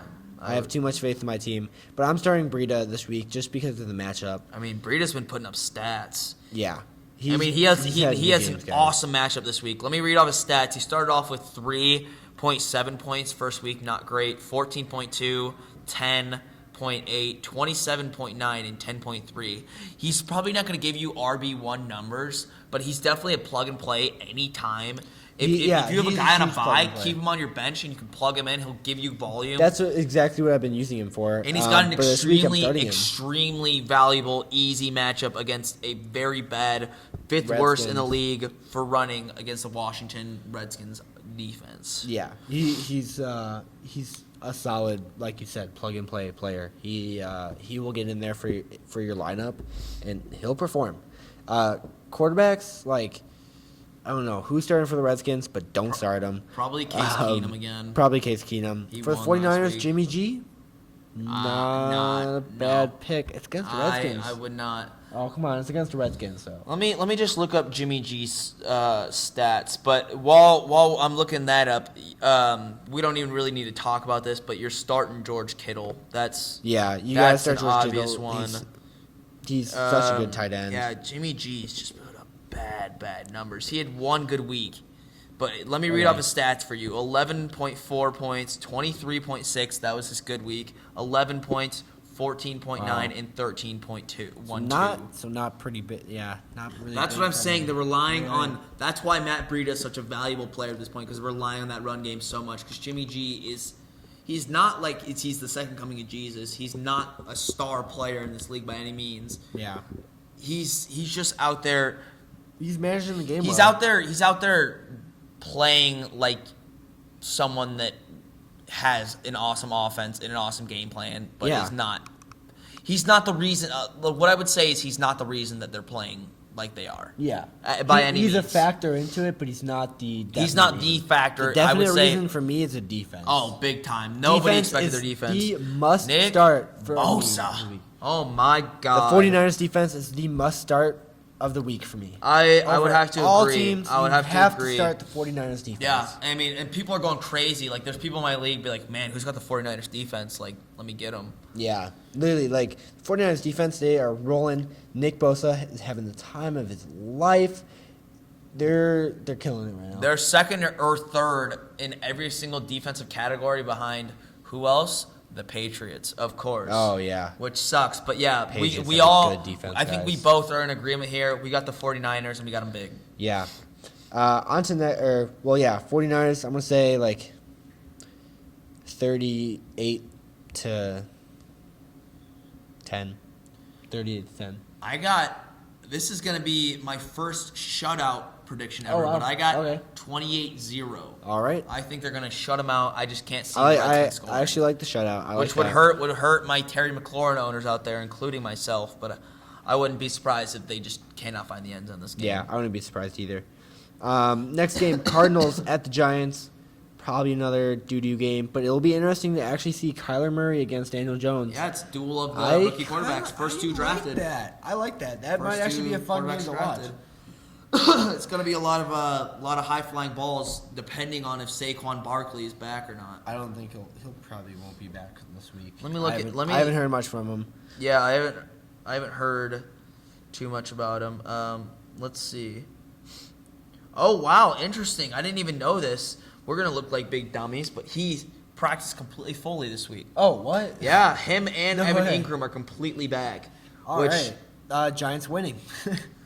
If Saquon's back and Evan Ingram's back, Daniel Jones is going to have a good time. He finally has weapons. Golden Tate is back on there. Sterling Shepard, I don't know if he's back. Let me check that. I don't know where Sterling Shepard's been at. But Cardinals fans, I'm sorry, but you guys are going to take an L this week against the Giants. Yes, Kyler Murray, he's going to keep you guys in the game, but that is about it for you guys. Yeah, I mean, I'm going to be excited to watch this game. This will be a really, really awesome game to watch. It'll be fun. I totally agree with you. It'll be a really fun game to watch. I think there's going to be a lot of risks taken by Kyler Murray. I think he's getting more and more comfortable as the weeks goes on. Yeah. And he like the first few weeks I watched Kyler Murray, he was playing a little scared, playing like a rookie would. But now he's really taking control of that offense, becoming a leader, and definitely taking a lot more chances downfield. Yeah, I think for fantasy-wise, I would start Kyler Murray this week. Oh, I would too. And I would also start Daniel Jones and Evan Ingram and Saquon Barkley. And then David Johnson's a must start. We don't really need to talk about him. It's weird though because he's not getting like the quality carries, but because that's an air raid offense in Arizona. Yeah. But however, he's getting so many like checkdowns. Like he is getting so many targets through the air. He's picking up yardage. I mean, you don't really You're care. Playing PPR. Yeah, he's goldmine. You also really don't care how you're getting your points in fantasy as long as you're getting them. It doesn't matter if he's getting the ball or not as long as he's putting up points. Yeah. Larry Fitz, I wouldn't start him, and then Christian Kirk is. You would? I would. Interesting. You can never count him out. He is like the father of time. He's going to play for like another 10 years. Actually, this shocks me. He is putting up like solid numbers for Larry Fitz. That's 25, 15, 14, 9, 11, 12. You might have just changed my mind right there. I didn't know he was putting up that good of numbers. I think I'd start him as well. That's wild to me. Yeah. I don't know about Christian Kirk. Let me check about him. He's questionable at this point. He's more of a deep threat ball. I think Larry Fitz is definitely going to get the ball more than Christian Kirk. But Christian Kirk always has that big play potential. Mm-hmm. So yeah, I would see Christian Kirk maybe in a deeper league. But Larry Fitz is definitely a wide receiver 2 flex play for sure. Yeah. And then Saquon's a must start. Evan Ingram, if he's back, has been one of the more surprising, like good solid players this year. Yeah. Sterling Shepard, if he plays, maybe, and then Golden Tate's also maybe in deeper leagues. But so you got the Giants winning this one? I'm gonna have the Giants winning this one. A solid 24-18. That's a pretty fair score, I'd say. But I'm gonna have to disagree with you. Okay. I'm gonna say the Cardinals are gonna win this one. Whoa. In a closer one though. You're just because a Kyler Murray fan. Yes, but you're just a Kyler Murray fan. I really have confidence in Kyler Murray this week. I really think he's keeping the good mentality, and they're on a 2-game win streak. That's true. That's something to be proud about. It doesn't matter who they play. Confidence is confidence, especially when you're a rookie quarterback. Yeah. It doesn't matter who you're winning against as long as you're winning. So I think they're gonna ride that game in. Yes, I'm being a little biased here because I love Kyler Murray, but I do think they got a better chance than people are giving it to them. I got 24-18 Cardinals. All right. Next game up, we're getting into the 4 o'clock games here. We've got the Chargers at the Titans. Ryan Tannehill is starting this week. I saw that. That's interesting. You know what Mike Vrabel said, the head coach? I feel bad for Marcus Mariota. You know what? He has gotten that starting title stripped away from him. But you know what Mike Vrabel said? He said they want a spark. And okay. I got a little conspiracy here with the Titans. Conspiracy take right here. I don't think that the Titans are starting Ryan Tannehill because they want to win. I don't think they're going to think that Ryan Tannehill is going to give them a better chance to win than Marcus Mariota. I think they're trying to piss Marcus Mariota off. Okay.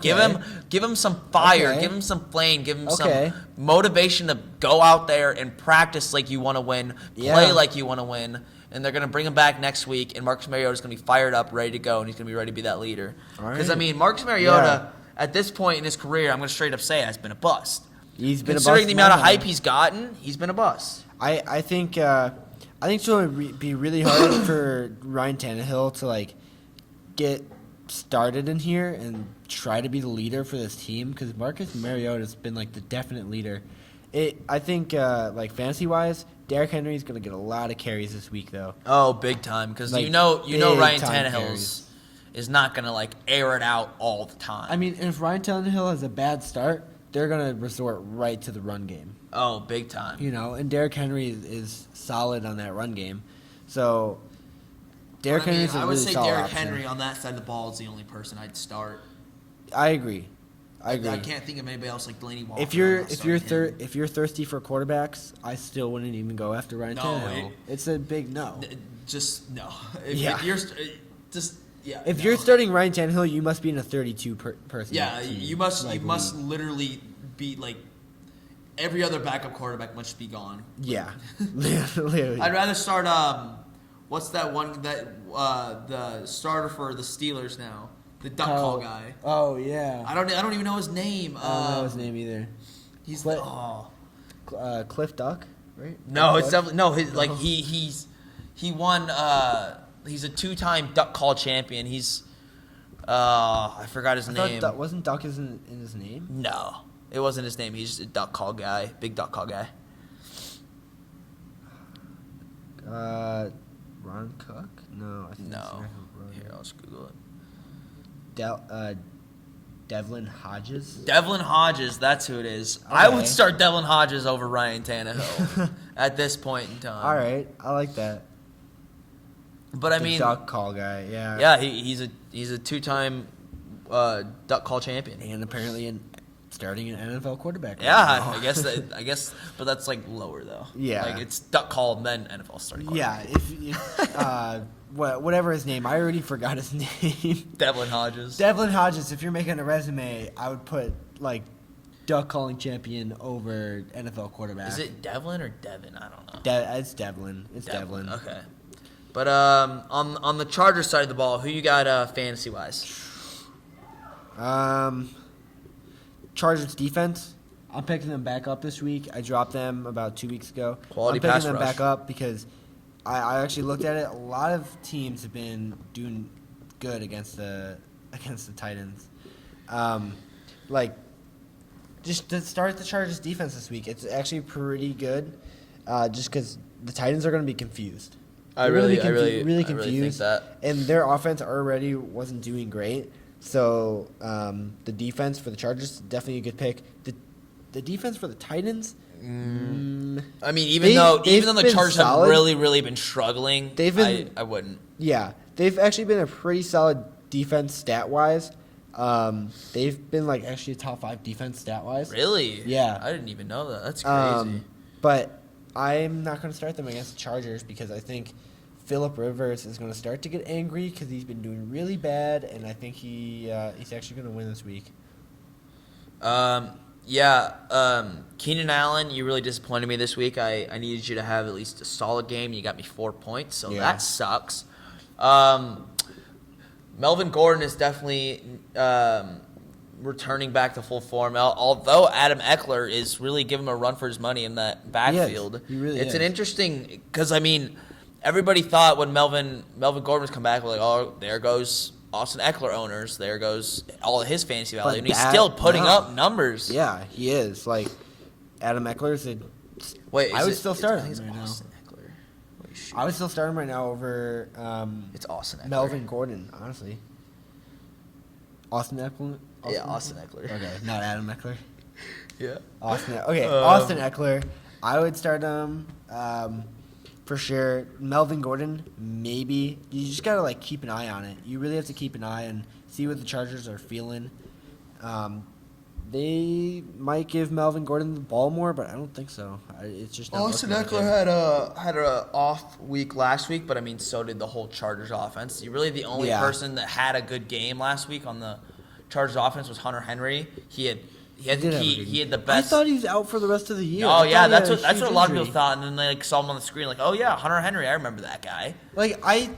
He was out last year with an ACL tear injury, Yeah, and I he thought got he really tore hurt. it again this year. I swear to God, I saw somewhere that he got injured again. Yeah, and then he came out of Apparently nowhere not. and had 30 points last week. It was apparently. insane.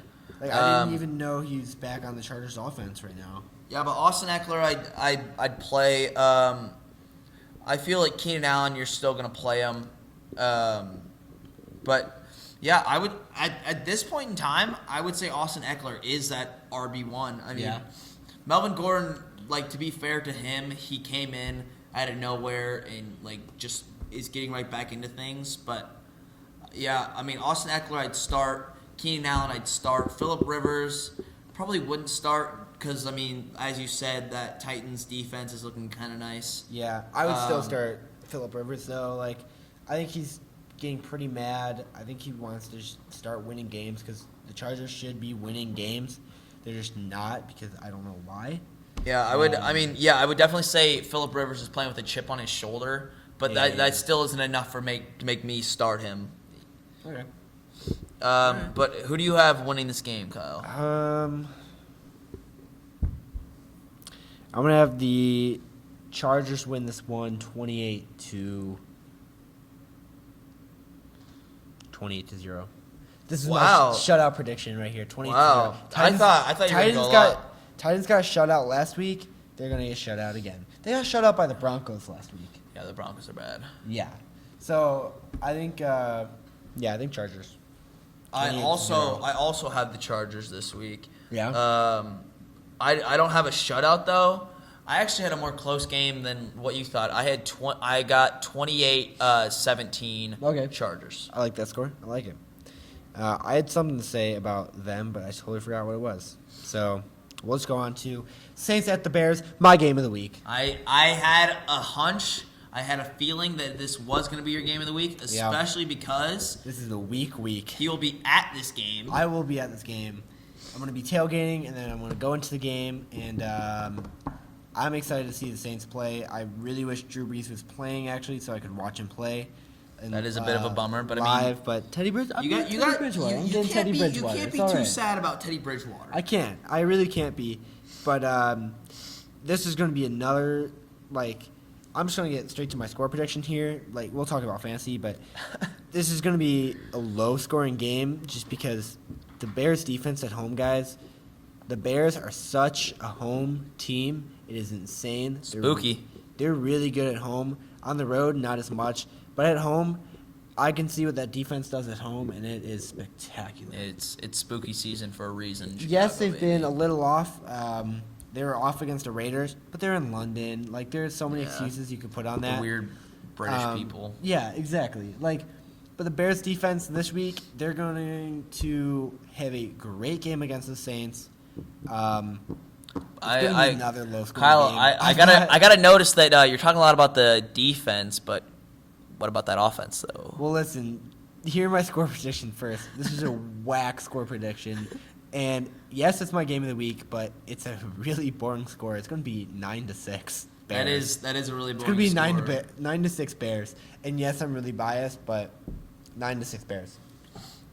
Just because I think that defense is really good, and I think the Bears. I've seen this. It's a pattern. It's really a pattern for the Bears. It's happened so many times where they're going to get in the red zone, or they're going to have huge plays, and then they just end up settling with a field goal, but somehow those field goals just make them end up winning the game. That's the Bears' way. It's the Bears' way, and it's sad, but you know what?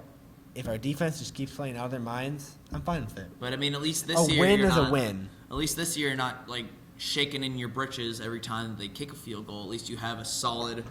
I'm leaving. See you later. At least you have a solid kicker this year that's not gonna scare you every time he kicks. Don't bring up anything like that. He shall not be named. He shall not be named. He has just been signed. To the Titans. He who shall not be named was signed to the Titans, but I don't even want to talk for 10 seconds on that guy. He's just gobbling up airtime, and I don't like him. I don't like that I'm guy. gonna get to my fantasy plays right here, and then I'll give my score prediction. Okay. On the Saints side of the ball, you're starting Alvin Kamara, no Yeah. doubt. You're starting Michael Thomas, no doubt. Those Yep. are two guys you're playing I every mean, single even with week. the low score I was saying and the Bears defense dominating, I think Alvin Kamara is going to have at least 100-yard rushing I still think Alvin game. Kamara is gonna have a lot of yards for sure. He's going to have a 100-yard rushing game, maybe a touchdown.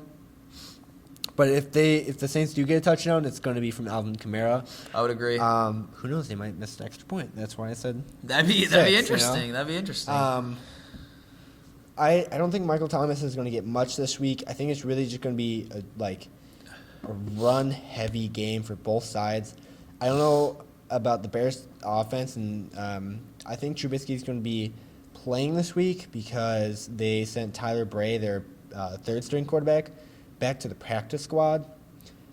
So they don't have a backup quarterback on the roster right now, so I think Trubisky's playing, and Chase Daniels is going to be the backup again. Yeah.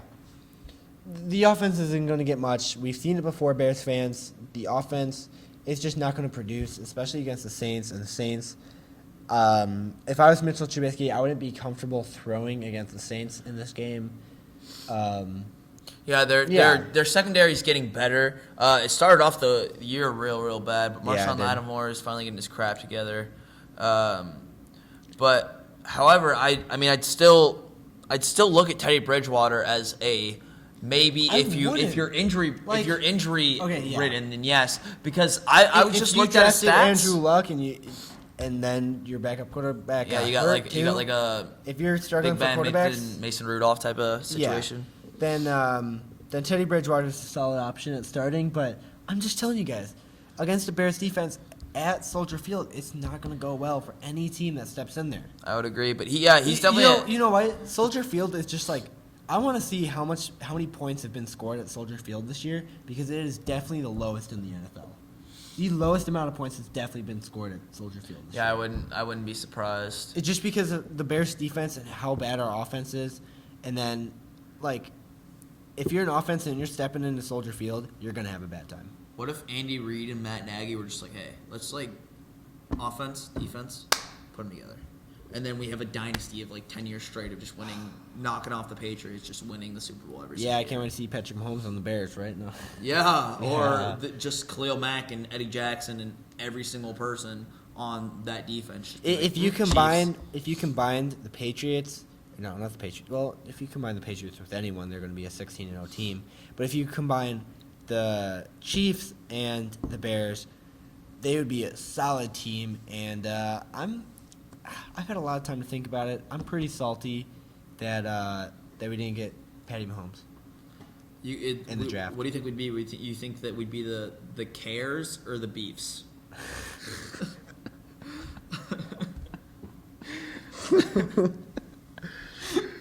I think we'd be the Beefs. I like the Beefs too. I like the Beefs. All right, well, The, Andy Reid and Matt Nagy, get on that. The Beefs. You hear it here on the Throwdown. Chicago City Beefs. I like that. The Chicago City Beefs. Basically, just name the Italian Beefs after that. Yeah. I mean, Italian change Beefs. it. An interesting. Or you just be the Care Bears. The Care Bears. An interesting guy that I got That's on the that's a Bears weird this thought. week. I got Allen Robinson. Oh, yeah.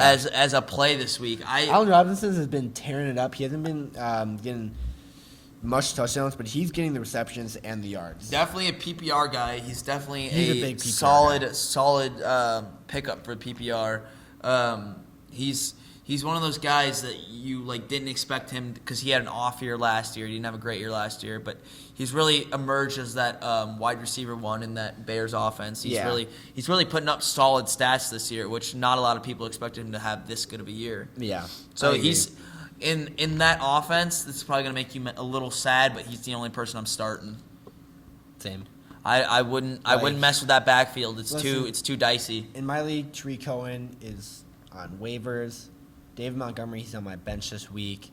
Taylor Gabriel's still injured. Anthony Miller is not a reliable wide receiver right now for fantasy. Trubisky is just such a question. Allen Robinson's the only guy I would start on the Bears defense or on the Bears offense also. But if you have the Bears defense, I would still start them. All right, so I still haven't made my score prediction. I'm going to make it now. Here's my score prediction. Let's hear it. I'm going to go with you this week. I'm going against my gut. I really think the Saints are going to win this game, but there's something in my gut that the Bears are somehow going to pull this out. Okay. I think it's going to be a lower scoring game too. I got 10-16 Bears. All right, I like that. I like that score. I think the Bears really just show up big. The only reason I'm picking that is because you're in the stadium, and I know you'll be screaming your butt off. And I think with Kyle there, they'll be like, "Man, Kyle Shimmerhorn's there. We need to play good." If you ever make it to a Bears game at Soldier Field, and with this defense, it's electric. The fans love the defense, and it's so great. And I get so involved, and just every single person is so involved. I took my grandpa to a game 2 weeks ago. It was against it was the Vikings game. I took him to that. Even he was getting involved. Love that. He was having the time of his life. That defense is something to root for, and it's really all the Chicago has to root for right now. And, like, our defense, we're just having a good time. And at Soldier Field, we're pretty much unstoppable. And I don't care about low scores. A W is a W. True. Mark down the W. That's all that matters. All right. This is my game of the week right here. Ravens at the Seahawks. The Birds against Birds matchup. I love this matchup here. Yeah? Love this matchup. I also love this matchup. This was my second game of the week. This is really gonna be an awesome quarterback matchup here. Russell Wilson. It's looking like we're gonna have to buy Russell Wilson jersey, folks, because he is the leader in the clubhouse at this point. He's really making his case for MVP. He looks stunning out there. He really is leading. With the least amount he's had in a while, leading an amazing, amazing team right now. Yeah, Russell Wilson. We just can't say enough good stuff about that man. We cannot say enough good stuff about Russell Wilson. He still, in my eyes, is making MVP. I've heard a lot about, hey, Christian McCaffrey, man. Hey, man, he's going to make MVP. There's just no way that a running back wins MVP anytime soon. There's a huge chance, but I've still got Russell Wilson winning the MVP. I think Patrick Mahomes is rapidly falling out of that. I would hate to agree with that, but I have to. But I don't think it's his fault. I'm going to put that. I think Khalil Mack is still in the running for MVP. It might take 20. It might take 20 years for a running back to win it, but it might take 50 years for a defensive player to win it. I can agree with that. Khalil Mack for defensive player of the year, Khalil Mack's in first place right now, I think. Yeah, Aaron Donald's not playing amazing. He's really not. You got to think about. But you do have to think about like Nick Bosa. Yeah, I mean that'd be insane if a rookie rusher won defensive player of the year. That'd be wild. Yeah. But he's definitely making a strong case there. He's making a huge case. You can't count him out at this point. Like people say, oh, he's a rookie. Like he's not going to do that. Blah blah blah blah. But, I mean, he's playing awesome. Yeah, you know another MVP guy that I've got right now? Who? That Patriots corner, Stephon Gilmore, right? Stephon Gilmore, yeah. Stephon Gilmore. Yeah, I mean, isn't he leading the league in interceptions? Yeah, he's got like 4 or 5 already. Yeah, that's definitely impressive. And he is the backbone of that Patriots defense right now. I mean, we're gonna get to the Patriots defense, but yeah, I mean, the MVP race is definitely interesting. MVP race is heating up, but Russell Wilson is still at the forefront of that. Yeah, I mean, he's definitely especially leading that comeback against the Browns last week. Yeah. He looked awesome in that. He definitely took the helms from Patrick Mahomes at this point, and he's really leading an amazing Seahawks team with not very much around him. He basically is the Seahawks team besides Chris Carson and then parts of the defense, but other than that, Seahawks do not have much besides Russell Wilson. Tyler Lockett's looking. Oh yeah, and Tyler. But I would agree with you. He's good because of Russell Wilson. Exactly. DK Metcalf is good because of Russell Wilson. MVP, it's not like these guys are stars; they're products of Russell Wilson. MVP is most valuable player, and without Russell Wilson, the Seahawks would be a bottom 10 team. But with Russell Wilson, they are 100% top agree. 10 team. Yeah, I can't think of anybody. Maybe Christian McCaffrey is more valuable to their team at this point. Yeah, him and Christian McCaffrey are the two guys that come to mind. We're like, wow, their team would be trash without them. Yeah, but I mean, add Clomac into that too. That's another good point. Yeah, those three guys. That's all I would say. Clomac, Russell Wilson, and Christian McCaffrey are the backbones of the teams they play for, and without any of those three on those teams, every single team, besides maybe the Bears, because they've got an all-around solid defense, but I'm really biased. All those teams would be bottom 10 teams without those players. I would have to agree. Yeah, they're so crucial and important, and I can't really think of any other players. Maybe Deshaun Watson, but I can still see the Texans probably performing pretty well. DeAndre Hopkins, even though he's playing bad. But I mean, it doesn't matter who's throwing DeAndre Hopkins, even though Deshaun Watson's awesome. But like other than that, like looking at all the other teams, you could take a lot of the players from their teams, and they're still going to be an okay team. But like Russell Wilson, Christian McCaffrey, and Clomac are just backbone players for the three teams they play for. Oh, and Aaron Rodgers too. I forgot about Aaron Rodgers. Aaron Rodgers is in there. Yeah, but I still think he's a tier below. Yeah. That I like. Yes, he's impactful, but he's not like he still had Aaron Jones is a quality running back. Devontae and their defense Adams is showing awesome. And their defense is showing up. But like without Christian McCaffrey or Russell Wilson on that team, they're trash. They're trash. They're very bad absolute teams. Trash. They're very bad teams. They are. Which is insane to think. All right, we've kind of praised the Seahawks for about 5 minutes now. Let's get over to the I just Baltimore want that Russell Ravens. Wilson jersey at this point. So do I. We want that really green, awesome Russell Wilson jersey. I'm really confident in it at this point. On the Ravens side of the ball, Lamar Jackson's doing really good. I mean, he is a good fantasy guy. He's really putting up numbers this year. Yeah. He has proven a lot of the doubters wrong, and I was one of those big doubters. People were saying, "Oh, running back." He's still putting up awesome numbers against some solid defenses. I mean, he's had pretty friendly matchups thus far, and like to the Pittsburgh's credit, they did kind of shut him down a little bit. Yeah. Even though, but like, I mean, actually, now that I'm taking a second look on it, like he's had pretty easy matchups. I mean, he has first, third, and seventh. Easiest defense to play against was his first three matchups. Oh, really? Yeah, and that's when he really broke out. Dolphins week they one. play the Dolphins, Cardinals, and Chiefs. Yeah. And I mean that's pretty friendly matchups. And when they played Pittsburgh, which is the 22nd or the ninth. Am I doing that right? Yeah, the ninth best defense against the pass.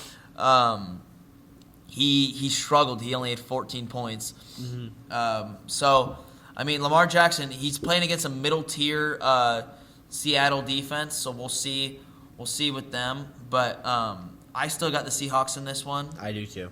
But let's talk about fantasy real quick. We already said, obviously, Russell Wilson's a start. And obviously Lamar Jackson, I think, is a start. He's also an easy start in both of our eyes. Because even if he can't get the passing game going, he's going to get the running game going. He's going to create with his legs. Chris Carson's a start for me. Yeah. He's been one of the more shocking running backs to come out and just play really well. Yeah, I might drop Rashad Penny now because Chris Carson is that guy, I'd say, for sure. There. Yeah, a couple weeks ago we weren't exactly sure because Chris Carson had like problems with fumbling the ball, but he does look like 100% that guy in that offense at this point. Mm-hmm. Tyler Lockett, I'm starting. Yep. On the other side of the ball, DK Metcalf start.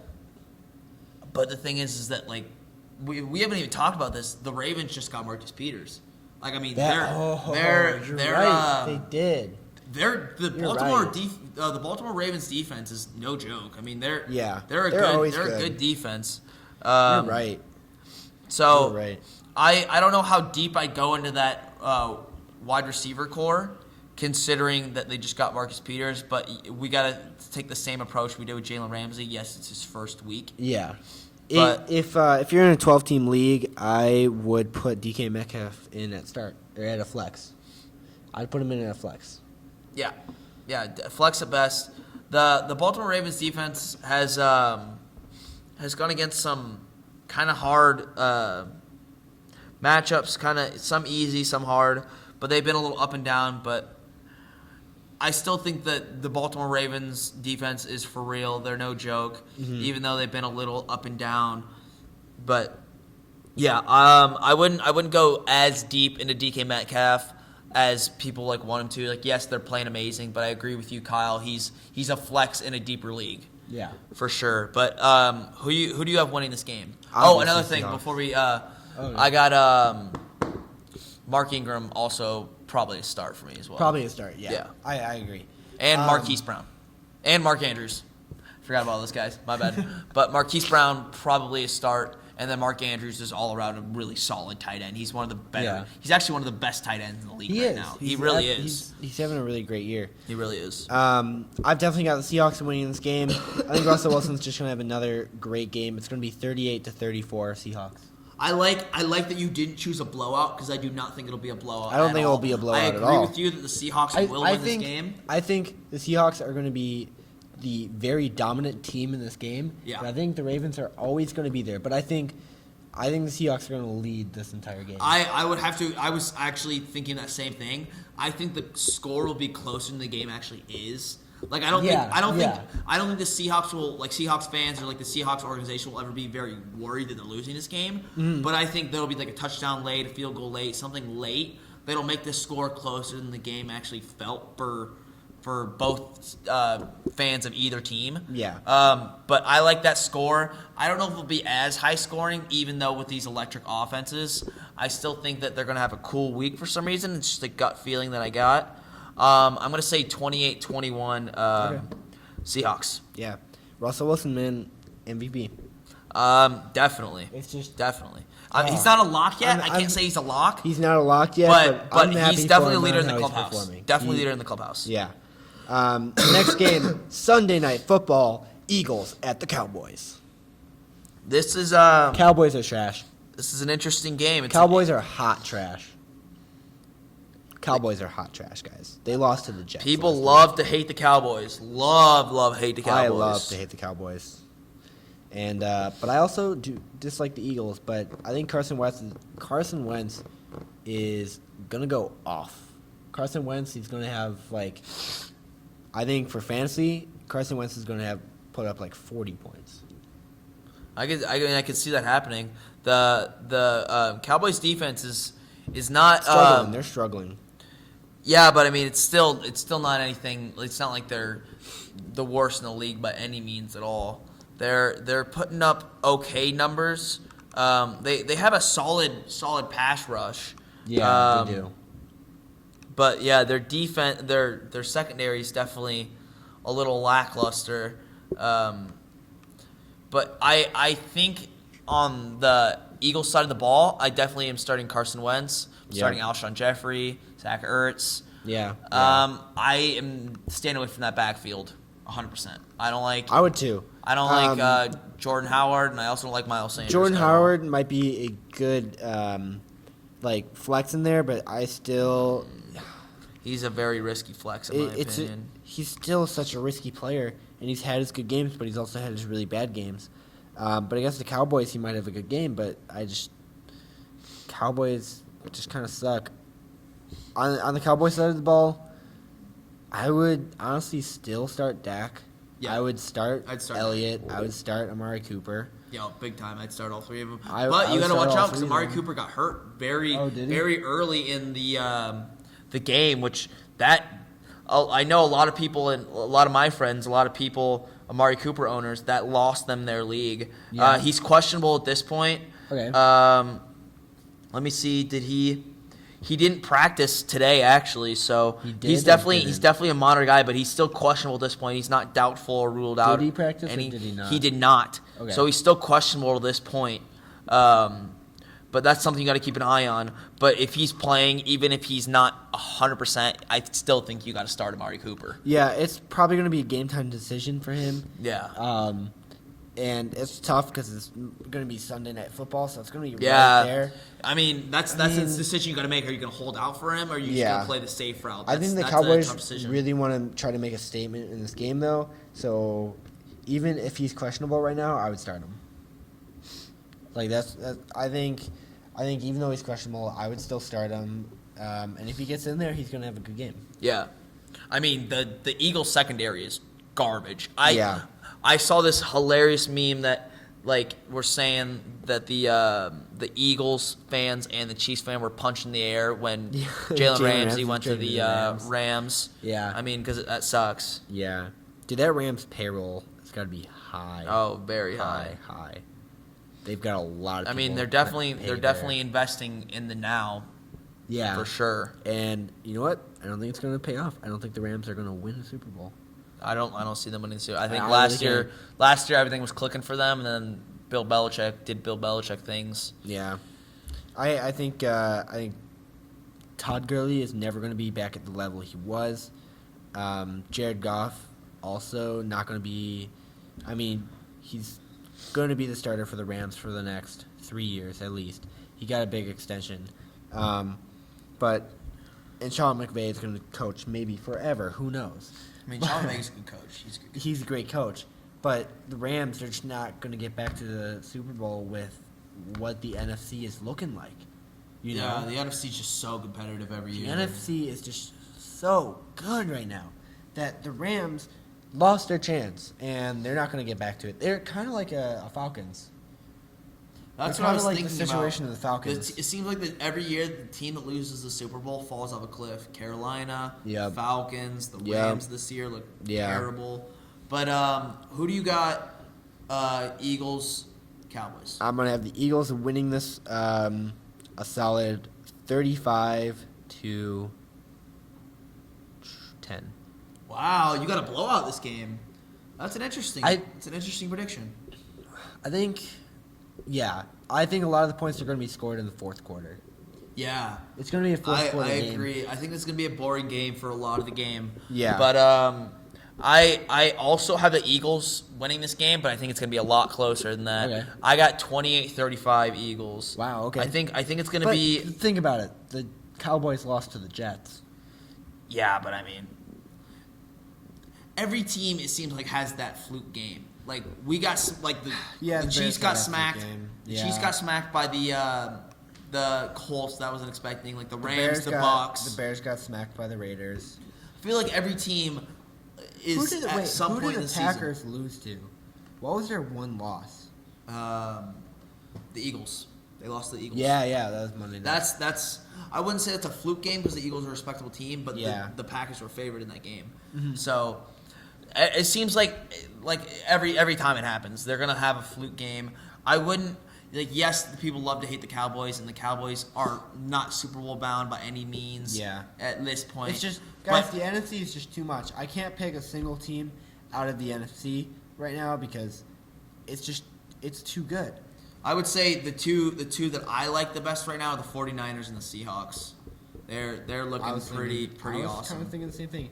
And I hate to say it, but the Packers are definitely Packers look good. gonna do good. Packers look good, even though they should be But 4-2 right now instead of 5-1. Bears might turn it around. So We'll see. We'll it's see. just the two divisions, the NFC North and the NFC West, is just so stacked with talent. I think I'm just gonna, since we're talking about it, I think I don't know. 49ers are gonna win the NFC West. Saints are gonna win the South. I didn't even think about the Saints. Eagles are gonna win the East, and for the North, wow, that's tough, man. For the North, that's tough. Packers, and then the Minnesota Vikings get second. You hate that, but I think that's what's gonna happen. But will the Bears make the playoffs? No, Wow, that's a hot take, but I don't think the Bears that's make the a playoffs. really hot take, and I'm not. I don't think it's as hot as you think it is. I think you're just being biased. But No, it's the Bears were in the same position like this last year. They were 3-3 last year. I think everything's all right. I mean, it's we'll all see. right. It's all We'll right, see. Bears fans. It's all right, Bears fans. You know what? I do not have a pick for the NFC North right now.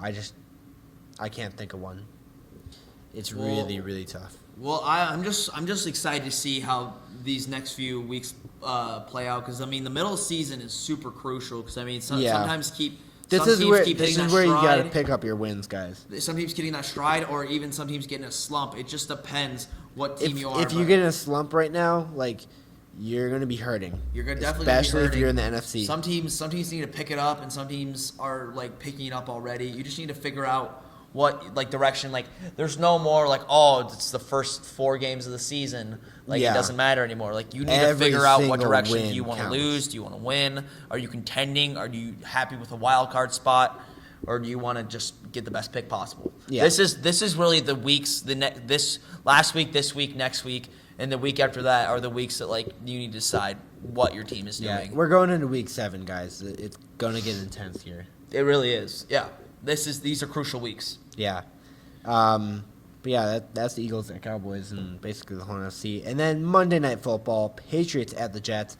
I actually ended up watching the most of the Patriots at the Jets game, or Patriots against the Giants game. That was a fun game to watch. Tom Brady had 2 rushing touchdowns. I know, that's wild. That was kind of fun. He had more rushing touchdowns than like a lot of like starting running backs in this league, which is insane. Yeah. He has 3 this season. He's 3 this season. Wow. It's crazy. He's trying to break all the records. He really is. This is easy. Yeah. Patriots are winning this.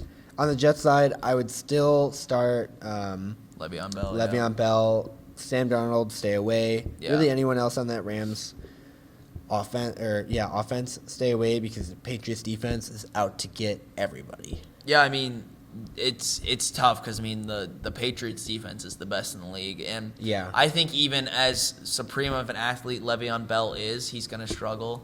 He's going to struggle, but he's still a must start. Yeah, but I just can't. It's not right in my gut to not start Le'Veon Bell. Yeah. Even if it is against the best defense in the league, I still think you got to start him. But yeah, I would stay away from Robbie Anderson. I think Sam Darnold's going to have a really, really hard time this week. Even though he played awesome and they had a great game, a very unexpected win against the Cowboys, I would stay away from everyone on the Jets except for Le'Veon Bell. Yeah. I agree. Like, the Patriots defense is 2 good guys. They're killing it. They're getting interceptions. They're rolling. And I saw a crazy stat. Really, crazy stat. The New England Patriots defense is the 9th ranked fantasy out of everybody. Oh, 9th ranked out of every single person in fantasy football. Yeah, they have the 9th most points so far this season. Wow, isn't that insane? Christian McCaffrey's probably first, right? Yeah, he is. Yeah. Christian McCaffrey's first. Patrick Mahomes is up there. Russell Wilson's up there. Yeah, I drafted Russell Wilson in the 10th round. I could never be happier. Yeah, I mean he's a stud. He really is. Yeah, he's an absolute stud. Who do you got on the Patriots side of the ball? Patriots side of the ball, Tom Brady, and I'm still staying away from that backfield. Yeah, it's too confusing. For the wide receivers, what do you think about Edelman? Yeah, I would start Edelman, actually. I think he had a solid game last week. He did. He had a good game. He had a good game last week. So I would start Edelman again. Other than that, like Josh Gordon, I haven't seen him getting the ball much. If he's even playing, he might be injured. No, he's playing, but he's very deep ball dependent. That's my problem with Josh Gordon, is that if he's not getting that deep ball, it seems like he's vanished. He's not getting anything if he's not getting that deep ball. But he is questionable up to this point. So I guess we'll see. But I would honestly stay away from him. I wouldn't mess with Josh Gordon this week. Yeah. I would say Tom Brady is probably a start, and then Julian Edelman is also a start. So listen to this. Let's see, I gotta read this, but I think N'Keal Harry, the first round pick for the Patriots, out of Arizona State, out of ASU, yes, oh, forks up. I think he is going to be starting. Let's see, Harry Nowhere receiver was designated to. He's returning from the IR. Okay, he's eligible to play in week 9, so he's not playing this week. He's not playing next week, but once he's back, that's going to be a really good option for Tom Brady. N'Keal Harry is a lot of fun to watch. He really is. I don't watch much college football, but when I did, I was watching ASU last year, and he was a huge playmaker. I agree. Absolutely I huge. agree. Yeah, he's very electric. So many Patriots fans were so excited about this guy, and then he came into the season hurt. Yeah. But yeah, when he comes back, people are going to be really, really excited for him. I'm really excited to see him because forks up, baby. Go ASU. Yeah. How about go Tigers, baby? Mizzou. All All right. Sorry, Well, Oklahoma fan. that's Yeah, that's basically the throwdown. Well, we gotta do the score predictions. Oh, yeah. I've got the Patriots winning a solid 42-17. Did I just break the chair? No, I think we're good. The back feels like it's coming off. That's weird. I also got Patriots big. I got them 35-14. So yeah, guys, that's Yeah, the throwdown. that is week 7, episode 3 of the throwdown. Yeah. Yeah. I hope you guys enjoyed this. We got Let's see some what the quality refs picks do this week. Let's see what Yeah. the refs do. Yeah. You know, hopefully our picks I'll- are good if the refs don't screw it up. Yeah, exactly. Like, I would bet on the picks we made if the refs were non-existent. But with the refs, who knows? I mean, I would definitely say like this week, this is the most confident we've been in our picks for sure. I'm really confident. in the I picks. definitely, especially because this week is more of a boring week and it's Yeah. more of like a lopsided week this week It with is a lot of lopsided people weeks. with heavy favorites. I definitely think this week is going to be an easier week to pick, but I think we're gonna look really good, and we'll give you an update of how we did last week or Yeah, how we did I've seen this Quentin's week. been writing stuff down. We'll start off the podcast next week in a little update because we want to be fully transparent with you and be Yeah. honest at how we did, so you can, so we can get better and be fully honest with you. So far, though, I think we've been doing really good. No, yeah, Like, we've especially been pretty solid. there's been a few, like for example the Cowboys Jets game.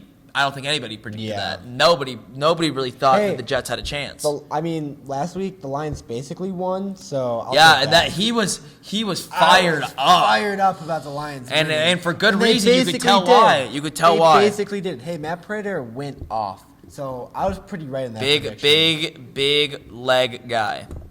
big leg, All right. absolute monster, absolute beast. Matt Prater, kicker of the year. All right, that's been the MVP throwdown. kicker, MVP That's kicker. been the throwdown. It's happened before. Love you, people. See you later. Thanks for watching Next the week. throwdown. Awesome. That was sick.